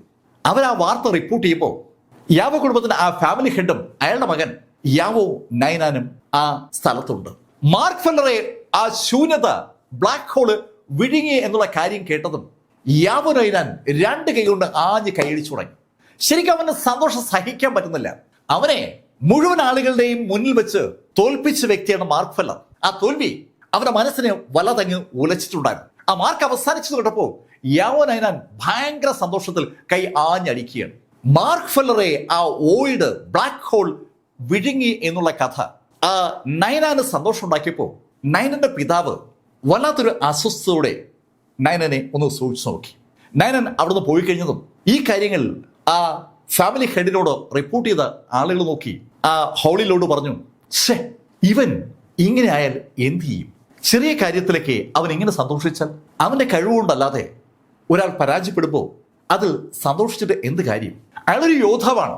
ആ യോദ്ധാവ് ഒരിക്കലും അയാളെ എതിരാളി അങ്ങനെ വീണു പോകുമ്പോൾ സന്തോഷിക്കാൻ പാടില്ല എന്നുള്ള ഒരു യാഥാർത്ഥ്യം അയാൾക്കറിയാം. ആ ഹോളിനോട് അങ്ങനെ സംസാരിക്കുമ്പോൾ ശരിക്കും ഈ ഇൻഫർമേഷൻ കാട്ടിത്ത് പോലെ അങ്ങ് പടരുകയാണ്. സകല സ്ഥലത്തും അത് ഞെട്ടലുണ്ടാക്കി. ഷീ കുടുംബത്തിൽ പോലും ശരിക്കും ഒരു ഞെട്ടലുണ്ടാക്കിയിരിക്കുകയാണ്. 100 വർഷം അതാണ് മാർക്കിന് ടിയാൻഷി നൽകിയ സമയം. അതിനിടയിൽ ശക്തനായ മാർക്ക് തിരിച്ചു വരുമ്പോൾ മാർക്കിനോട് എതിരിടാമെന്ന് മനസ്സുകൊണ്ട് തീരുമാനിച്ച വ്യക്തിയാണ് ഷൈൻ. മാർക്ക് ആ ഓയിഡിൽ അപ്രത്യക്ഷനായെന്ന് കേട്ടതും ഷൈൻ്റെ മുഖത്ത് ശരിക്കൊരു പതർച്ച ഉണ്ടായി. അയാൾ ഒരിക്കലും മാർക്കിനെ അങ്ങനെ പറ്റണമെന്ന് ആഗ്രഹിച്ചിരുന്ന വ്യക്തിയല്ല. അയാൾ തന്നോട് ആ കാര്യം പറഞ്ഞ ആളോട് ചോദിച്ചു, നീ പറയുന്നത് സത്യമാണോ? യുവർ ലോർഡ്സ്, ഞാൻ പറഞ്ഞത് സത്യമാണ്. യാവോ കുടുംബത്തിലെ 2 എൽഡേഴ്സാണ് മാർക്കിനെ ആ ബ്ലാക്ക് ഹോളിലേക്ക് തള്ളിയിട്ടത്. അത് വേണ്ടായിരുന്നു. ഷൈൻ പെട്ടെന്ന് അറിയാതെ പറഞ്ഞു പോവുകയാണ്. എതിരാളിയാണ് മാർക്ക് ഫെല്ലർ. എതിരാളി ഇല്ലെങ്കിൽ അയാൾ എങ്ങനെ അയാളുടെ കരുത്ത് തെളിയിക്കും? അയാളുടെ അറിവിലുള്ള ഏക കയോട്ടിക് ബോഡിക്കാരൻ മാർക്ക് ഫെല്ലറാണ്. ആ കയോട്ടിക് ബോഡിക്കാരന് അയാൾ വിവാഹം കഴിക്കാൻ ആഗ്രഹിക്കുന്ന എമിലിയുമായി ഇഷ്ടവുമാണ്. അതുകൊണ്ട് തന്നെ എമിലിയുടെ മുന്നിൽ വെച്ച് ആ കയോട്ടിക് ബോഡിക്കാരനെ തോൽപ്പിക്കുക എന്നുള്ളത് ഷൈൻ്റെ ഒരു ആഗ്രഹമായിരുന്നു. അതാണ് ഇപ്പോൾ നഷ്ടമായിരിക്കുന്നത്. ഷൈൻ ആ ശൈലിയിൽ പ്രതികരിച്ചപ്പോൾ നമ്മുടെ ഈ നൈനാൻ ഈ സമയത്ത് സെയിന്റ് സ്കൂവിന്റെ അടുത്ത് എത്തിയിരുന്നു. സെയിന്റ് സ്കൂവിന്റെ അടുത്ത് സാക്ഷാൽ ഫെലിനി ഉണ്ട്. അപ്പോഴാണ് നൈനാൻ സന്തോഷത്തോടെ അങ്ങോട്ട് വരുന്നത്. ഏയ്, നിങ്ങൾ അറിഞ്ഞില്ലേ? എന്താ നൈനാൻ? മാർക്ക് ഫെല്ലറെ ബ്ലാക്ക് ഹോൾ വിഴുങ്ങി. സെയ്ഡസ് ഗൂവനും ഫെലിനിക്കും ഒരേപോലെ ഞെട്ടൽ. ഫെലിനി അറിയാതെ പറഞ്ഞു പോവുകയാണ്, ഇനി ആ മിറർ അവൻ എനിക്കിനി എങ്ങനെ തരും? അങ്ങനെ പറഞ്ഞെങ്കിലും ഫെലിനി നിശബ്ദനായി അങ്ങ് അകലേക്ക് നോക്കി പോവുകയാണ്. അവൻ ആ മിററിന് വേണ്ടി മാർക്കിനോട് വഴക്കിടുമായിരുന്നെങ്കിലും അവന് മാർക്കിനെ ഒരുപാട് ഇഷ്ടമായിരുന്നു. സെയിന്റസ്കു ശരിക്കും പതറി. അവൾ ഒരിക്കലും മാർക്കിന് ഈ തരത്തിലുള്ള ഒരു അന്ത്യം പ്രതീക്ഷിച്ചതല്ല. ഒന്ന് പതറിയെങ്കിലും സെയിന്റസ്കു നൈനാനോട് പറഞ്ഞു, ഹേയ് നൈനാൻ, നീ വിചാരിക്കും പോലെ ഒന്നും സംഭവിക്കില്ല. എനിക്ക് ഉറപ്പാണ് മാർക്ക് ആ ബ്ലാക്ക് ഹോളിൽ നിന്ന് പുറത്തു വരും. ഹേയ് സെയിന്റസ്, നീ എന്തായി പറയുന്നത്? ബ്ലാക്ക് ഹോളിനകത്ത് വീണാൽ നക്ഷത്രം വരെ അവിടെ അവസാനിക്കും, പിന്നെയല്ലേ ഒരു മാർക്ക് ഫെല്ലർ. അങ്ങനെ നൈനാൻ തീർത്തു പറഞ്ഞപ്പോ സെയിന്റസ്കു നൈനാനോട് പറഞ്ഞു, നക്ഷത്രങ്ങൾ ചിലപ്പോൾ തിരിച്ചു വരില്ലായിരിക്കും, പക്ഷെ എനിക്ക് ഉറപ്പാണ് മാർക്ക് തിരിച്ചു വരും. വെറുതെ ഈ മോഹങ്ങളെന്ന് അറിയാമെങ്കിലും വെറുതെ മോഹിക്കുവാനായി മോഹം എന്നൊക്കെ പറയുമല്ലോ, അതേ ശൈലിയിലാണ് ശരിക്കും സെയിന്റസ്കുവിന്റെ പ്രകടനം. സെയിന്റസ്കു ആ ശൈലി പ്രതികരിച്ചപ്പോൾ ശരിക്കും ഡോങ്ഹോ മൗണ്ടനിൽ എമിലി ബ്ലാക്ക് ഞെട്ടിത്തരിച്ചിരിക്കുകയാണ്. അവർക്ക് വിശ്വസിക്കാൻ കഴിയുന്നില്ല അവളുടെ മാർക്ക് ആ ബ്ലാക്ക് ഹോളിനകത്ത് അവസാനിച്ചു എന്നും. അവളോട് ആ കാര്യം റിപ്പോർട്ട് ചെയ്ത് അങ്കിൾ യാനിന്റെ ഷർട്ടിൽ പിടിച്ച് കുലുക്കി എമിലി ശരിക്കും ഭ്രാന്തമായി കരയുകയാണ്. അവർക്ക് കുറെ നേരത്തേക്ക് ഒരു ബോധവും ഇല്ലാതായി എന്നതാണ് സത്യം. ആദ്യം സങ്കടവും പിന്നീട് എമിലിയുടെ മുഖത്ത് ദേഷ്യവും ഇരച്ചു കയറി. എമിലി യാനോട് ചോദിച്ചു, അങ്കിൾ ആരാ അത് ചെയ്തത്? എമിലി ആ യാവോ കുടുംബത്തിലെ എൽഡേഴ്സ് ആണ്. അത് കേട്ടതും എമിലി പെട്ടെന്ന് അവിടെ നിന്ന് പുറത്തേക്ക് കുതിച്ചു. ശരിക്കും ആ മുന്നോട്ട് കുതിക്കുന്ന എമിലി ബ്ലാക്കിന് ഭ്രാന്താണെന്ന് ഒറ്റ നോട്ടത്തിൽ തോന്നുന്ന ശൈലിയിലാണ് അവളുടെ ആ പോക്ക്. ഒരു നിമിഷം സ്തംഭിച്ചു പോയ അങ്കിൾ യാൻ ഉടൻ തന്നെ എമിലിയെ ഫോളോ ചെയ്തു. എമിലി നേരെ എത്തിയത് ബ്ലാക്ക് കുടുംബത്തിന്റെ ഹെഡ് ഓഫീസ് എന്ന് വിളിക്കാൻ കഴിയുന്ന അവരുടെ ആ ഫാമിലി ഹൗസിലേക്കാണ്. അവിടെ എത്തിയ എമിലി ബ്ലാക്ക് അതിവേഗം ടിയാൻഷിയുടെ മുറിയിലേക്ക് നടക്കുകയാണ്. ടിയാൻഷിയുടെ മുറിക്ക് നേരെ അതിവേഗം നടക്കുമ്പോൾ അവളെ രണ്ടാളുകൾ തടഞ്ഞു. സെയിന്റസ് പ്ലീസ്, അകത്ത് അദ്ദേഹം ധ്യാനത്തിലാണ്. അത് കേട്ടതും സെയിന്റസ് എമിലി ബ്ലാക്ക് അവരോട് പറഞ്ഞു, എനിക്കിപ്പോ ഹൗളിലോടിനെ കാണണം. സെയിന്റസ്, ഞാൻ പറഞ്ഞല്ലോ അദ്ദേഹം. അവൻ അത്രേ പറഞ്ഞോളൂ. അകത്തുനിന്ന് പെട്ടെന്ന് ആ ശബ്ദം കേട്ടു, എമിലി അകത്തേക്ക് വിട്.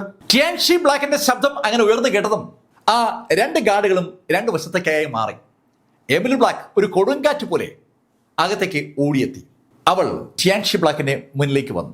ടിയാൻഷി ബ്ലാക്ക് എമിലിയോട് പറഞ്ഞു, എമിലി ഇരിക്കും. ഹോളിലോഡ്, അങ്ങ് എനിക്കൊരു വാക്ക് തരണം. എമിലി, നീ കാര്യം പറ. ഹോളിലോഡ്, അങ്ങ് ഇപ്പോ യാവോ കുടുംബത്തോട് യുദ്ധം പ്രഖ്യാപിക്കണം. എമിലി, നീ എന്തായി പറയുന്നത്? യാവോ കുടുംബത്തോട് യുദ്ധം പ്രഖ്യാപിക്കണം? അതെ, യാവോ കുടുംബത്തോട് ബ്ലാക്ക് കുടുംബം യുദ്ധം പ്രഖ്യാപിക്കണം. എമിലി, നീ പറയും പോലെ ചെയ്യാൻ പറ്റില്ല, അതിന് ഒരുപാട് പ്രശ്നങ്ങളുണ്ട്. അങ്ങനെ ടിയാൻഷി ബ്ലാക്ക് പറഞ്ഞതും എമിലി ഒന്ന് ചിരിച്ചു. ഹോളിലോഡ്, ഞാനത് ഓർത്തില്ല, സോറി, ഞാൻ ഇങ്ങനെ ആവശ്യപ്പെടാൻ പാടില്ലായിരുന്നു. അങ്ങനെ പറഞ്ഞുകൊണ്ട് എമിലി ബ്ലാക്ക് അവിടെ നിന്ന് വേഗം പുറത്തേക്ക് ഇറങ്ങി. എമിലി ബ്ലാക്ക് അവിടെ ആ ബ്ലാക്ക് കുടുംബത്തിന്റെ ഹോളിലോഡിന്റെ അടുത്തുനിന്ന് അതിവേഗം അങ്ങ് കടന്നു പോവുകയാണ്. എമിലി പോയി കഴിഞ്ഞപ്പോൾ ഹോളിലോഡ് ടിയാൻഷി ബ്ലാക്ക് അയാൾ ഇരുന്ന സ്ഥലത്ത് നിന്ന് എണീറ്റ് അവിടെയുള്ള ഒരു ടേബിളിന്റെ അടുത്ത് വന്നു. ആ ടേബിളിന്റെ മുകളിൽ ചായ ഉണ്ട്. അയാള് ചായ ഫ്ലാസ്കിൽ നിന്ന് കപ്പിലേക്ക് പകർന്നു. ടിയാൻഷി ബ്ലാക്ക് ആ വാർത്ത കേട്ടിരുന്നു. മാർക്ക് ഫെല്ലർ ആ ബ്ലാക്ക് ഹോളിനകത്ത് അകപ്പെട്ട വാർത്ത. അയാൾക്ക് ആ വാർത്ത അങ്ങോട്ട് വിശ്വസിക്കാൻ പറ്റുന്നില്ല. അങ്ങനെ അവസാനിക്കേണ്ട ഒരാളല്ല മാർക്ക് എന്നൊരു തോന്നൽ ടിയാൻഷി ബ്ലാക്കിന് ഇപ്പോൾ ഉണ്ട്. അതുകൊണ്ട് തന്നെ ആ വാർത്ത കേട്ടപ്പോൾ ഒരു വിഷമം ടിയാൻഷിക്ക് ഉണ്ടായി. ടിയാൻഷി അല്പനേരം കണ്ണടച്ചിരുന്നു. അങ്ങനെ കണ്ണടച്ചിരുന്നപ്പോഴാണ് പെട്ടെന്ന് ടിയാൻഷിയുടെ മനസ്സിലേക്ക് നേരത്തെ സംഭവങ്ങൾ കടന്നു വരുന്നത്. എമിലി ബ്ലാക്ക് അവിടെ വന്നതും യാവോ കുടുംബത്തോട് യുദ്ധം പ്രഖ്യാപിക്കാൻ ആവശ്യപ്പെട്ടതൊക്കെ ഒരു ചലച്ചിത്രത്തിൽ എന്ന വണ്ണം ടിയാൻഷിയുടെ മനസ്സിലേക്ക് കടന്നു വന്നു. പെട്ടെന്ന് ടിയാൻഷി ചാടി എണീറ്റു. അയാൾ അതിവേഗം അവിടെ നിന്ന് പുറത്തേക്ക് കിടക്കുകയാണ്. ഈ സമയത്ത് എമിലി ബ്ലാക്ക് യാവോ കുടുംബത്തിൽ എത്തിക്കഴിഞ്ഞു. യാവോ കുടുംബത്തിലേക്കുള്ള എമിലിയുടെ ആ യാത്ര ബ്ലാക്ക് കുടുംബത്തിന്റെ ടെലിപ്പോർട്ടേഷൻ പ്ലാറ്റ്ഫോം ഉപയോഗിച്ചുകൊണ്ടാണ്. അതിവേഗമാണ് അവൾ യാവോ കുടുംബത്തിൽ എത്തിയത്. യാവോ കുടുംബത്തിന്റെ ഗേറ്റിന് സമീപം എത്തിയ എമിലി ബ്ലാക്ക് ആ ഗേറ്റിലെത്തിയതും ഗേറ്റിൽ കാവൽ നിൽക്കുന്ന ആളുകൾ എമിലിയെ കണ്ട് പെട്ടെന്ന് ഗേറ്റ് അങ്ങ് തുറന്നു. സെയിന്റസ് ബ്ലാക്കിനെ അവർക്ക് എല്ലാവർക്കും അറിയാം. സെയിന്റസ് എന്താ ഇങ്ങോട്ട് എന്ന് ആ കാവൽക്കാർ ചോദിക്കുമ്പോഴേക്കും അവർ മൈൻഡ് പോലും ചെയ്യാതെ എമിലി അകത്തേക്ക് ഇങ്ങനെ പാഞ്ഞു കയറുകയാണ്. അവള് ആ ബിൽഡിങ്ങിലെ പ്രധാന ഹാളിലേക്ക് ഓടിക്കയറുമ്പോൾ ആ ഹാളിലേക്ക് ഇറങ്ങി വന്ന യാവോ നൈനാൻ എമിലിയെ കണ്ടു. എമിലിയെ കണ്ടതും യാവോ നൈനാൻ ഓടി എമിലിയുടെ അടുത്തെത്തി. ഹേ എമിലി, ഇത് അതിശയമായിരിക്കുന്നല്ലോ. അവൻ അങ്ങനെ പറഞ്ഞതും എമിലി ബ്ലാക്ക് കൈ നിവർത്തി ഒരു അച്ചയിടി. ശരിക്കും യാവോ നയനാന് എന്താണ് സംഭവിച്ചതെന്ന് മനസ്സിലാക്കും മുമ്പ് അവൻ ആ ഹാളിൽ കൂടി അങ്ങനെ പറക്കുകയാണ്. അവൻ ആ ഹാളിലെ ഒരു കൂറ്റൻ തൂണിൽ ചെന്ന് ഇടിച്ച് താഴേക്ക് വീണു. ശരിക്കും അവന്റെ വായിന്ന് ചോര പുറത്തേക്ക് തുപ്പി. യാവോ നയനാൻ അവിടെ നിന്ന് ചാടി എണീറ്റ് അമ്പരപ്പോടെ എമിലി നോക്കുമ്പോഴേക്കും എമിലി അവന്റെ അടുത്തേക്ക് പാഞ്ഞെത്തിക്കഴിഞ്ഞു. എമിലി ബ്ലാക്ക് വീണ്ടും കൈ ഉയർത്തി അവനെ ആഞ്ഞിടിച്ചു. രണ്ടാമത്തെ ഇടി തന്നെ പുറത്തേക്ക് വീണതും യാവോ നയനാൻ രണ്ട് കൈ കൊണ്ട് എമിലി തടുക്കുകയാണ്. എമിലി ആണെങ്കിൽ ഭ്രാന്തമായ ആവേശത്തോടുകൂടി യാവോ നയനെ തലങ്ങും വിലങ്ങും പഞ്ച് ചെയ്തു തുടങ്ങി. ശരിക്കും അവർക്ക് യാവോ നയനെ കൊല്ലാനുള്ള ദേഷ്യമുണ്ട്. ഈ കാഴ്ച കണ്ടുകൊണ്ട് രണ്ട് എൽഡേഴ്സ് ഓടിയെത്തി. അവർ ഓടി വന്ന് എമിലിയെ പിടിക്കാൻ ശ്രമിച്ചതും എമിലി ശക്തമായി അവരെ ആഞ്ഞിടിച്ചു. ഇടിയേറ്റ ആ രണ്ട് എൽഡേഴ്സും ദൂരേക്ക് തെറിച്ചു വീണു. അവർക്ക് ആർക്കും ബ്ലാക്ക് കുടുംബത്തിന്റെ ആ സെയിന്റസിനെ പരിക്കേൽപ്പിക്കാനുള്ള താല്പര്യമില്ല എന്നതാണ് സത്യം. അത് തന്നെയാണ് നൈനാന്റെ അവസ്ഥ. എമിലിയുടെ പുറത്തു തുള്ളാൻ ഒരു ഭയം അവനുണ്ട്. അവൻ രണ്ട് കൈകൊണ്ടും എമിലിയെ ഡിഫെൻഡ് ചെയ്യാണ്. ശരിക്കും അവിടെ ഒരു ബഹളം അങ്ങനെ സ്റ്റാർട്ട് ചെയ്തതും യാവോ കുടുംബത്തിലെ പല സീനിയേഴ്സും അവിടെ എത്തി. കൂട്ടത്തിൽ യാവോ നൈനാന്റെ പിതാവ് യാവോ സാംസണും സ്ഥലത്തെത്തി. യാവോ സാംസൺ സെയിന്റസ് ബ്ലാക്കിനെ കണ്ടതും അവളോട് ചോദിച്ചു, ഏയ് മോളെ എമിലി, നീ എന്തായി കാണിക്കുന്നത്?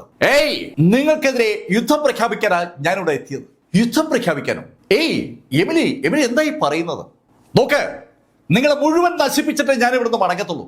അങ്ങനെ പറഞ്ഞുകൊണ്ട് എമിലി ബ്ലാക്ക് അവളെ പിടിച്ചിരുന്ന ആ രണ്ട് എൽഡേഴ്സിനെയും ഇരുഭാഗത്തേക്ക് ഇങ്ങ് വലിച്ചെറിയുകയാണ്. ശരിക്കും ഒരു ഭ്രാന്തമായ എനർജി എമിലിയുടെ പുറത്തേക്ക് പാഞ്ഞ് കയറിയതുപോലെ ഒരു ഫീല് തെറിച്ചു വീണ ആളുകൾക്കുണ്ട്. എമിലിയെ ചുറ്റും കാണുന്ന എല്ലാവരെയും ആക്രമിക്കുകയാണ്. ശരിക്കും എമിലിയെ പിടിച്ചു കെട്ടാനായി വരുന്ന ആളുകളൊക്കെ എമിലി തലങ്ങും വിലങ്ങും ആക്രമിക്കുകയാണ്. നൈനാൻ അവന്റെ പിതാവിന്റെ അടുത്ത് അങ്ങനെ പതുങ്ങി നിന്നു തുടങ്ങി. ശരിക്കും എമിലിയെ നേരിടാനുള്ള കപ്പാസിറ്റിയൊക്കെ നൈനാനുണ്ട്. പക്ഷെ അത് സെയിന്റസ് ബ്ലാക്ക് ആണ്. സെയിന്റസ് ബ്ലാക്കിനെ തൊടുന്നത് ശ്രദ്ധിച്ചു വേണം. പെട്ടെന്ന് ഒരു എൽഡർ അതിശക്തമായ ഒരു മാജിക്കൽ വെപ്പൺ പുറത്തെടുത്ത് അത് എമിലിക്ക് നേരെ ചൂണ്ടിയതും എമിലി പുറകോട്ട് തെറിച്ചു വീണ എമിലി ബ്ലാക്കിനെ രണ്ട് മൂന്ന് എൽഡേഴ്സ് ചേർന്ന് പിടിച്ച് അവിടെ തൂണിലേക്ക് അങ്ങനെ കെട്ടുമ്പോൾ ഒരു പ്രകാശം എമിലിക്ക് ചുറ്റുമായി വീണു. ആ പ്രകാശം എമിലിക്ക് ചുറ്റുമായി വീണതും എമിലിയുടെ പുറത്ത് കെട്ടിയിരുന്ന ആ കെട്ടുകളൊക്കെ ആ നിമിഷം അങ്ങ് അപ്രത്യക്ഷമായി. ആ രംഗം കണ്ട ആളുകൾ അമ്പരപ്പോടെ ആ പ്രകാശ സോഴ്സിലേക്ക് നോക്കുമ്പോൾ സാക്ഷാൽ ടിയാൻഷി ബ്ലാക്ക് അവിടെ പ്രത്യക്ഷപ്പെട്ടു. ഏയ്, സെയിന്റസ് ബ്ലാക്കിന്റെ പുറത്ത് തൊടാനുള്ള ധൈര്യം നിനക്കൊക്കെ എങ്ങനെ ഉണ്ടായി? വല്ലാത്തൊരു ദേഷ്യം ടിയാൻഷി ബ്ലാക്കിന്റെ ആ ശബ്ദത്തിലുണ്ട്. ടിയാൻഷി ബ്ലാക്കിനെ ആ ദേഷ്യത്തിൽ ഒരാളും കണ്ടിട്ടില്ല എന്നതാണ് സത്യം. ഈ സമയത്ത് ആ രണ്ട് എൽഡർമാരും അവിടെ എത്തി. മാർക്കിനെ ആ ബ്ലാക്ക് ഹോളിലേക്ക് തള്ളിയിട്ട അതേ എൽഡേഴ്സ്, രണ്ട് ട്രൂ സെയിന്റുകൾ, അവര് എമിലി ബ്ലാക്കിനെ കണ്ടതും എമിലിയോട് പറഞ്ഞു, ഏഹേ എമിലേ, ആ മാർക്കിനെ ഞങ്ങളാണ് ബ്ലാക്ക് ഹോളിലേക്ക് തള്ളിയത്. അത് കേട്ടതും സെയിന്റസ് ബ്ലാക്ക് ഒന്ന് അലറി. ശരിക്കും ആ അലർച്ച ആ ഹോളിനകത്ത് ഒരു വല്ലാത്ത ഭയം ഉണ്ടാക്കിയെന്ന് പറയാം. അവള് അലർച്ചയോടെ അവരോട് പറഞ്ഞു, നിന്നെ ഞാൻ അവസാനിപ്പിക്കും, നീയൊന്നും ഇനി ജീവിച്ചിരിക്കേണ്ട കാര്യമില്ല. അങ്ങനെ എമിലി അലറുമ്പോൾ ടിയാൻഷി ബ്ലാക്ക് കൈയൊന്ന് അനക്കി. ആ നിമിഷത്തിൽ എമിലി ബ്ലാക്കിന് ചുറ്റുമായി ഒരു കവർ ഉണ്ടായി. അവൾക്ക് അനങ്ങാൻ കഴിയാത്ത ശൈലിയിൽ ടിയാൻഷി ബ്ലാക്ക് അവളെ ബന്ധിച്ചു എന്ന് പറയാം. അതിനുശേഷം ടിയാൻഷി യാവോ സാംസണോട് പറഞ്ഞു, സാംസൺ, എനിക്കൊരു കാര്യം സംസാരിക്കാനുണ്ട്. അങ്ങനെ പറഞ്ഞിട്ട് അയാൾ സാംസനെ വിളിച്ച് മാറ്റി നിർത്തി. അവർക്ക് എമിലിയും ബാക്കിയുള്ള ആളുകളെയും കാണാം. എമിലി ആ ബന്ധനത്തിലാണെങ്കിലും ശരിക്കും ആക്രോശിച്ചുകൊണ്ട് ആ രണ്ട് ട്രൂ സെയിന്റുകളോട് പറയുന്നുണ്ട് അവരെ അവസാനിപ്പിക്കുമെന്ന്. ആ കാഴ്ചയിലേക്ക് നോക്കിയിട്ട് സാംസണോടായി ടിയാൻഷി ബ്ലാക്ക് പറഞ്ഞു, നോക്ക്, ഇതിന് ഒരു പരിഹാരം വേണം. ഏയ് ടിയാൻഷി, എന്ത് പരിഹാരമാണ് അങ്ങീ പറയുന്നത്? അങ്ങയുടെ ആവശ്യമായിരുന്നില്ലേ മാർക്കിനെ വകവരുത്തുക? ഏയ്, ഞാൻ അവനെ വെറുതെ വിട്ടതാണ്. അങ്ങ് വെറുതെ വിട്ടെങ്കിലും ഞങ്ങൾക്ക് അവനെ വെറുതെ വിടാൻ പറ്റുമായിരുന്നില്ലല്ലോ. ഏയ് സാംസൺ, ഞാൻ അതാ നിങ്ങളോട് പറയുന്നത്. എനിക്ക് ഏറ്റവും പ്രധാനപ്പെട്ടത് എമിലി ബ്ലാക്കാണ്. അവൾക്ക് ബുദ്ധിമുട്ടുണ്ടാകുന്ന ഒരു കാര്യത്തിനും ഞാൻ കൂട്ടുനിൽക്കില്ല. അവളുടെ കളിക്കൂട്ടുകാരനായിരുന്നു മാർക്ക് ഫെല്ലർ. ആ മാർക്കിനെയാണ് നിങ്ങൾ അപകടപ്പെടുത്തിയിരിക്കുന്നത്. ഏയ് ടിയാൻഷി, നിങ്ങൾ എന്തായി പറയുന്നത്? നിങ്ങളല്ലേ അവനെതിരായിട്ട് ആദ്യം ഒരു തെട്ടൂര് ഇറക്കിയത്? അവനെ കൊല്ലണമെന്ന് നിങ്ങളല്ലേ പറഞ്ഞത്? ഏയ് സാംസൺ, അതൊക്കെ പഴയ കഥകളാണ്. എനിക്കിപ്പോ ഒരു കാര്യം ആവശ്യമുണ്ട്. മാർക്കിനെ ഇല്ലാതാക്കിയ ആ രണ്ട് ട്രൂ സെയിന്റുകളെയും എനിക്ക് വിട്ടുതരണം. ഏയ് ടിയാൻഷി, നിങ്ങൾ എന്താ പറയുന്നത്? അവർ ഞങ്ങളുടെ നട്ടലാണ്, ഞങ്ങളുടെ ഈ കുടുംബത്തിലെ ഏറ്റവും പ്രധാനപ്പെട്ട ആളുകളാണ്. നോക്കൂ സാംസൺ, നിങ്ങളത് ചെയ്യുന്നില്ലെങ്കിൽ പിന്നെ ഒറ്റ മാർഗമേ അവശേഷിക്കുന്നുള്ളൂ. എനിക്ക് നിങ്ങളുമായി യുദ്ധം പ്രഖ്യാപിക്കേണ്ടി വരും. ബ്ലാക്ക് കുടുംബത്തിന് ഒറ്റ മാർഗമേ ഉള്ളൂ എന്ന് ടിയാൻഷി തീർത്തു പറയുകയാണ്. യാവോ കുടുംബത്തിനെ ആക്രമിക്കുക എന്നുള്ള മാർഗം അത് ഒഴിവാക്കണമെങ്കിൽ ആ ട്രൂ സൈറ്റുകളെ അയാൾ ടിയാൻഷിക്ക് വിട്ടുകൊടുക്കണം. സാംസൺ അത് കേട്ടപ്പോൾ ഒന്ന് പതറി. ടിയാൻഷി, ഞാൻ എങ്ങനെയാ അവരെ കൊലയ്ക്ക് കൊടുക്കുക? സാംസൺ, നീ നേരിട്ട് വിട്ടുതരണ്ട. ഒരു അപകടത്തിൽ, ഒരു ആക്രമണത്തിൽ അവരെ നമുക്ക് കൊലപ്പെടുത്താം. നീയായിട്ട് അവരെ ഞങ്ങൾക്ക് വിട്ടു തന്നതായിട്ട് അവരറിയുകയും വേണ്ട. അങ്ങനെ സാംസണും ടിയാൻഷിയും കൂടി ഒരു ധാരണയിലായി. ആ രണ്ട് ട്രൂ സൈറ്റുകളെയും അവസാനിപ്പിച്ചാൽ എമിലി ബ്ലാക്കിന്റെ ദേഷ്യം അവസാനിക്കും, താൽക്കാലികമായിട്ടെങ്കിലും. ആ ഒരു തോന്നൽ ടിയാൻഷിക്കുണ്ട്. ടിയാൻഷി എമിലിയുടെ അടുത്തെത്തി അവളോട് പറഞ്ഞു, എമിലി, അവന്മാരെ ഞാൻ കൊല്ലും. അങ്ങനെ പറഞ്ഞ ടിയാൻഷി എമിലിയുമായി അതിവേഗം അവിടുന്ന് പുറത്തേക്ക് പോവുകയും ചെയ്തു. ഡോങ് ഹ്വാങ് മൗണ്ടനിൽ മടങ്ങിയെത്തിയപ്പോൾ എമിലി കുറച്ച് ശാന്തിയായി. അവളെ മകളെപ്പോലെ കാണുന്ന ആ ഫാമിലി ഹെഡ് ടിയാൻഷി ബ്ലാക്കിനോട് പറഞ്ഞു, അങ്ങ് എന്നോട് ക്ഷമിക്കണം, എനിക്ക് സഹിക്കാൻ പറ്റിയില്ല, അതാ അങ്ങനെ സംഭവിച്ചത്. ഞാനെത്തി ഓവറായി പോയല്ലേ. എമിലി, നിന്നെ എനിക്ക് നന്നായി മനസ്സിലാകും. എനിക്കിപ്പോ യാവോ കുടുംബത്തോട് യുദ്ധം പ്രഖ്യാപിക്കാനാവില്ല. പക്ഷേ നിനക്കത് പറ്റും. ഇപ്പോ അല്ല, നീ ശക്തി നേടി എന്റെ പൊസിഷനിലേക്ക് നീ വരുമ്പോൾ നാളെ നീയാണ് ഈ ഫാമിലിയുടെ ഹെഡ് ആവേണ്ടത്. അപ്പോ നിനക്ക് ആ കുടുംബത്തോട് യുദ്ധം പ്രഖ്യാപിക്കാം. പക്ഷെ അതിന് നീ ശക്തിയാകണം. എമിലി, ഒരു വാക്ക് ഞാൻ നിനക്ക് നൽകാം. എന്തൊക്കെ സംഭവിച്ചാലും ഞാൻ നിനക്കൊപ്പം ഉണ്ടാവും. ആ ബ്ലാക്ക് കുടുംബത്തിൽ ആരൊക്കെ എതിർത്താലും എമിലി ബ്ലാക്കിനൊപ്പം താൻ ഉണ്ടാകുമെന്ന് ടിയാൻഷി ബ്ലാക്ക് ഉറപ്പിച്ച് എമിലിയോട് പറഞ്ഞതും എമിലി പിന്നൊന്നും മിണ്ടിയില്ല.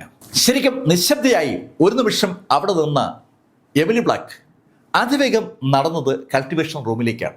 ഭ്രാന്തമായ ഒരു കൾട്ടിവേഷൻ പ്രക്രിയയിലേക്ക് എമിലി ബ്ലാക്ക് കടക്കുകയാണ്. അവൾക്ക് മാർക്കിനോട് അതിക്രമം ചെയ്ത ആളുകൾക്കെതിരെ പ്രതികരിക്കേണ്ടിയിരിക്കുന്നു. അവള് ആ കൾട്ടിവേഷൻ മുറിയിലേക്ക് കടക്കുമ്പോൾ വല്ലാത്തൊരു മാനസികാവസ്ഥയോടെ ആ കാഴ്ച കണ്ടുകൊണ്ട് നിൽക്കാനല്ലാതെ മറ്റൊന്നും ചെയ്യാൻ ടിയാൻഷി ബ്ലാക്കിന് പറ്റുമായിരുന്നില്ല. ടിയാൻഷി ബ്ലാക്ക് ഒരു പരമ്പരയുടെ അവസാന കണ്ണികളിൽ ഒരാളാണ്. അയാൾക്ക് ആ ബ്ലാക്ക് കുടുംബത്തിന്റെ പാരമ്പര്യം നിലനിർത്താൻ, അതിന് ശക്തി വർദ്ധിപ്പിക്കാൻ എമിലി ബ്ലാക്ക് കൂടിയേ തീരും. എമിലി ബ്ലാക്കും ഒരു കയോഡിക് ബോഡിക്കാരനും തമ്മിലുള്ള ആ കൂടിച്ചേരൽ, അതുവഴി ബ്ലാക്ക് കുടുംബം ഈ പ്രപഞ്ചത്തിലെ ഏറ്റവും ശക്തമായ കുടുംബമായി മാറുമെന്ന് ഒരു പ്രവചനമുണ്ട്. അതിപ്പോ ആരുമായിട്ടാണ് എന്നുള്ളതാണ് ചോദ്യം. ഷൈനാണോ മാർക്കാണോ അതിന് പറ്റിയ കയോട്ടിക് ബോഡിക്കാരൻ? അത് തീരുമാനിക്കാൻ ഇനി കുറച്ച് സമയമുണ്ട് എന്ന് അയാൾ തീരുമാനിച്ചിരിക്കുമ്പോഴാണ് മാർക്ക് ഫെല്ലർ ശരിക്കും അപ്രതീക്ഷിതമായി ബ്ലാക്ക് ഹോളിൽ അവസാനിച്ചത്. ശരിക്കും അതിൽ ടിയാൻഷിക്ക് വല്ലാത്തൊരു കുറ്റബോധമുണ്ട്. താൻ ഒന്നുകൂടി മയത്തിൽ ഇടപെട്ടിരുന്നെങ്കിൽ അങ്ങനെ സംഭവിക്കുമായിരുന്നില്ല. പലതരം ചിന്തകളാണ് ടിയാൻഷി ബ്ലാക്കിന്റെ മനസ്സിലൂടെ കടന്നു പോകുന്നത്. ഈ സംഭവവികാസങ്ങൾ അവിടെ ഇങ്ങനെ നടക്കുമ്പോൾ സകല സ്ഥലത്തും ഇതൊരു ചർച്ചയായി മാറിയിരിക്കുകയാണ്.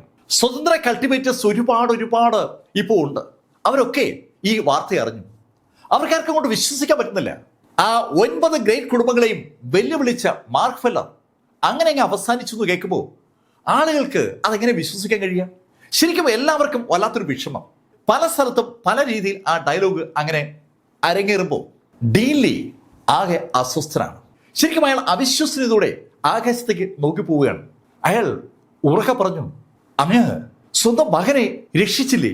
മാർക്ക് ഫെല്ലറുടെ പിതാവ് ഗാർഡിയൻ അവിടെ എവിടെയോ ഉണ്ടെന്നുള്ള ഒരു സങ്കല്പത്തിലാണ് അയാൾ ആ വാചകം പറഞ്ഞത്. സകലതും കാണുന്ന, സകലതിനെ നിയന്ത്രിക്കുന്ന സാക്ഷാൽ ഗാർഡിയന് സ്വന്തം മകനെ രക്ഷിക്കാനുള്ള പ്രതിബദ്ധതയുണ്ട്. അദ്ദേഹം എന്തുകൊണ്ട് മാർക്കിനെ രക്ഷിച്ചില്ല? ആ ചോദ്യമാണ് ഡീൻലി ചോദിച്ചത്. ഡീൻലി ശരിക്കും അവിശ്വസനയോടെ ആ ആകാശത്തേക്ക് അങ്ങനെ നോക്കി നിൽക്കുമ്പോൾ പരിചയമുള്ള ഒരു ശബ്ദം അയാൾ കേട്ടു. ഹേയ് ഓൾഡ് മാൻ, എന്താ ഇവിടെ നിൽക്കുന്നത്? ശബ്ദം കേട്ട ഡീൻലി ശരിക്കും നടുങ്ങിയാണ് തിരിഞ്ഞു നോക്കുന്നത്. അയാളുടെ അടുത്തേക്ക് നടന്നു വരികയാണ് സാക്ഷാൽ ജൂ. ജൂവിനെ കണ്ട ഡീൻലി അമ്പരപ്പോടെ ജൂനോട് ചോദിച്ചു, അല്ല ജൂ, നീ സെക്രൂഷനിൽ നിന്ന് പുറത്തു കിടന്നോ? ഓൾഡ് മാൻ, എനിക്കൊരു തടസ്സം ഫീൽ ചെയ്തു. ആ തടസ്സം അതിജീവിക്കാൻ എന്തെങ്കിലുമൊക്കെ കഴിക്കണം. അതിനാണ് ഞാൻ വന്നത്. ട്രൂ സെയിന്റായി ബ്രേക്ക് ചെയ്യാൻ വേണ്ടി സെക്രൂഷനിലേക്ക് ജൂ കുറെ ദിവസമായി കയറിയിരിക്കുകയായിരുന്നു. ജൂവിന്റെ ആ ബ്രേക്കിംഗ് പോയിന്റ് ഏതാണ്ട് അടുത്തെത്താറായപ്പോഴാണ് അവള് പുറത്തേക്ക് ഇറങ്ങിയത്. അവക്കൊരു ഒരു തടസ്സം. ജൂ, അതെന്തായാലും നന്നായി, ഞാൻ ആഹാരം സംഘടിപ്പിക്കും. അങ്ങനെ ഡീൻലി പറഞ്ഞതും ജൂ ഡീൻലിയോട് ചോദിച്ചു, അല്ല മാർക്ക് ഇവിടെ? അവനുമായിട്ട് ഒന്ന് മദ്യപിക്കണമെന്ന് വിചാരിച്ചിട്ട് കുറെ ദിവസമായി. മാർക്കോ? മാർക്കോ, ഞാൻ പറയാൻ വിട്ടുപോയി. മാർക്ക് ഇപ്പോ സെക്ലൂഷനിലാണ്. അത് മോശമായി പോയി. ഞാൻ സെക്ലൂഷനിൽ പോകുമ്പോൾ അവൻ പുറത്തുണ്ടാവുക, ഞാൻ വരുമ്പോൾ അവൻ സെക്ലൂഷനിൽ പോവുക. ഇതെന്താ പരിപാടി? അവനെ കണ്ടിട്ട് കുറേ ദിവസമായി. അങ്ങനെ ജൂ പറയുമ്പോൾ അവിടേക്ക് ഒരു ചെറുപ്പക്കാരൻ ഓടി വന്നു. അയാള് ഡെയിലിയോട് പറഞ്ഞു, യുവർ ലോഡ്ജ്, ഇവിടെ അടുത്തൊരു സ്ഥലത്ത് ഒരാള് മാർക്ക് ഫില്ലർക്ക് വേണ്ടി ഒരു ശവകുടീരം ഉണ്ടാക്കി. ആ ചെറുപ്പക്കാരൻ ആ വാചകം പറഞ്ഞ നിമിഷത്തിലാണ് അവന്റെ കണ്ണുകൾ ഡീലിയുടെ പുറകിൽ നിൽക്കുന്ന ജൂവിൽ പതിഞ്ഞത്. ജൂവിനെ കണ്ട് അവൻ ശരിക്കും ഞെട്ടി.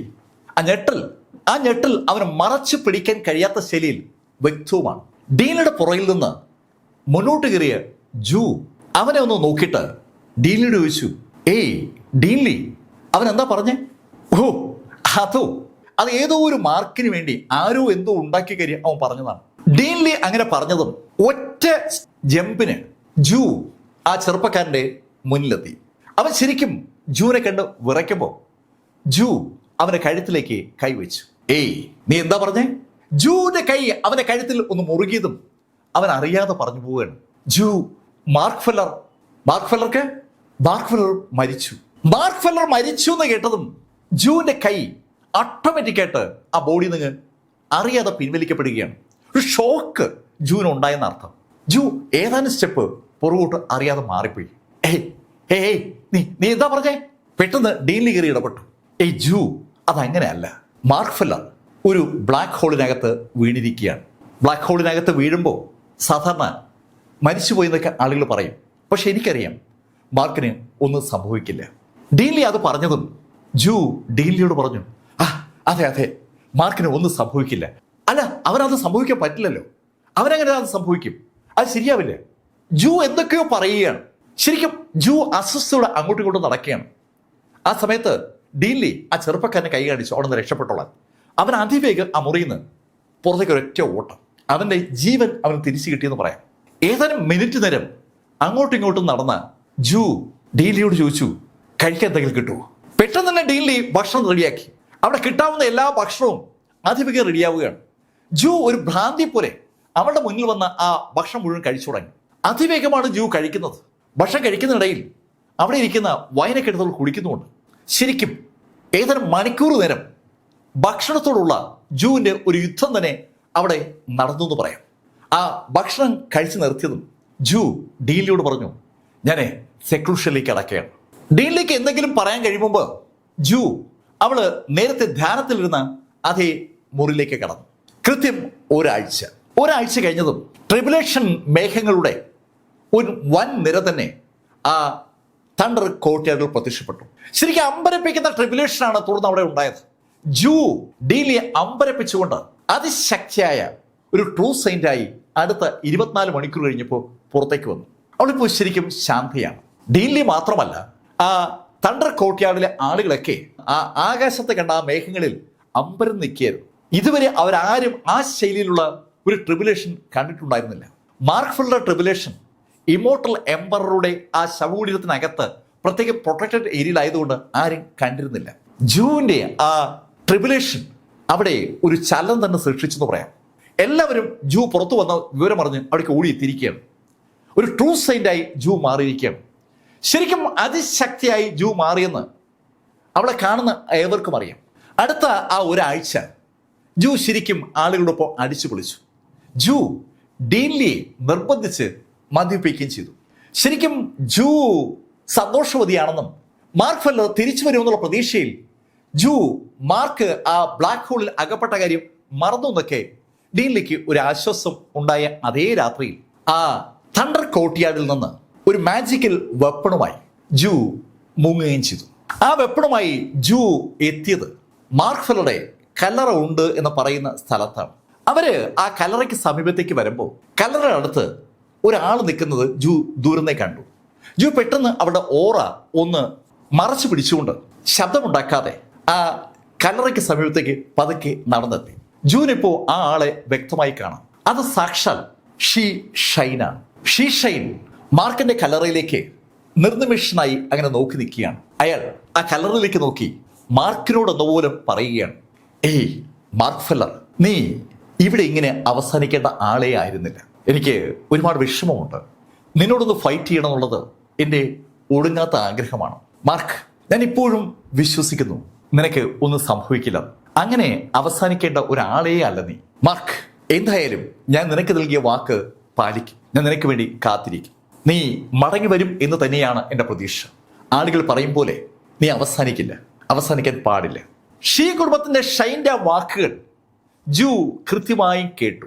ഷൈനോട് വല്ലാത്തൊരു ദേഷ്യം ജൂനുണ്ടായിരുന്നു. പക്ഷേ ഷൈൻ്റെ ആ വാക്കുകൾ കേട്ടപ്പോൾ ജൂന്റെ ആ ദേഷ്യം പതുക്കെ ഇല്ലാതായി.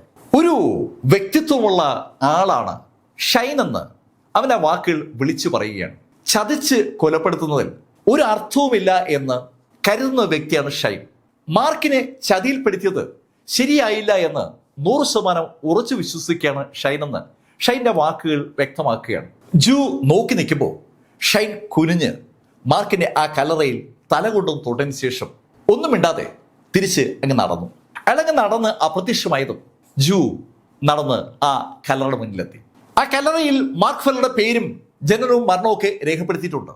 മാർക്കുമായി ബന്ധമുള്ള ഏതോ സുഹൃത്തുക്കൾ മാർക്കിന് വേണ്ടി സ്ഥാപിച്ച കല്ലറയാണ്. അവിടെ ആളുകളൊക്കെ വരുന്നുണ്ടെന്ന് അവിടുത്തെ ആ ചുറ്റുപാട് കാണുന്ന ആർക്കും മനസ്സിലാവും. പൂക്കൾ പലരും കൊണ്ടുവന്ന് വെക്കുന്നുണ്ട്. ആ പൂക്കളിലേക്കും ആ കല്ലറയിലേക്കും നിർനിമേഷിയായി അങ്ങനെ കുറേ നേരം ജൂ നോക്കി നിന്നു. അതിനുശേഷം ഒന്നും മിണ്ടാതെ ജൂ തിരിഞ്ഞങ്ങ് നടന്നു.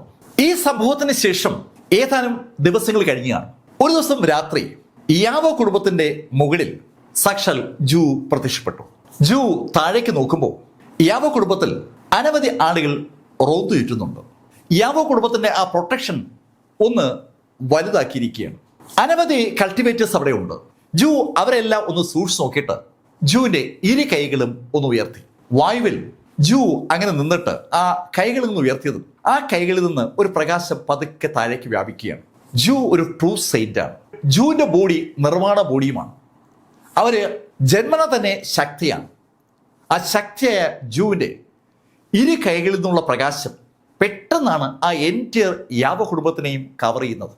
അർദ്ധരാത്രിയിൽ പെട്ടെന്ന് അതിശക്തമായ പ്രകാശം ആ യാവോ കുടുംബത്തിൽ വീണപ്പോൾ പകല് പോലെ ആ സ്ഥലം അങ്ങ് മാറി. പുറത്തു നിൽക്കുന്ന ആ യോദ്ധാക്കൾക്ക് എന്താണ് സംഭവിക്കുന്ന ഒരു പിടിയില്ല. ഇപ്പോ ആ എൻ്റെ പ്രദേശവും പകൽ പോലെ പ്രകാശത്തിൽ കുളിച്ചു നിൽക്കുകയാണ്.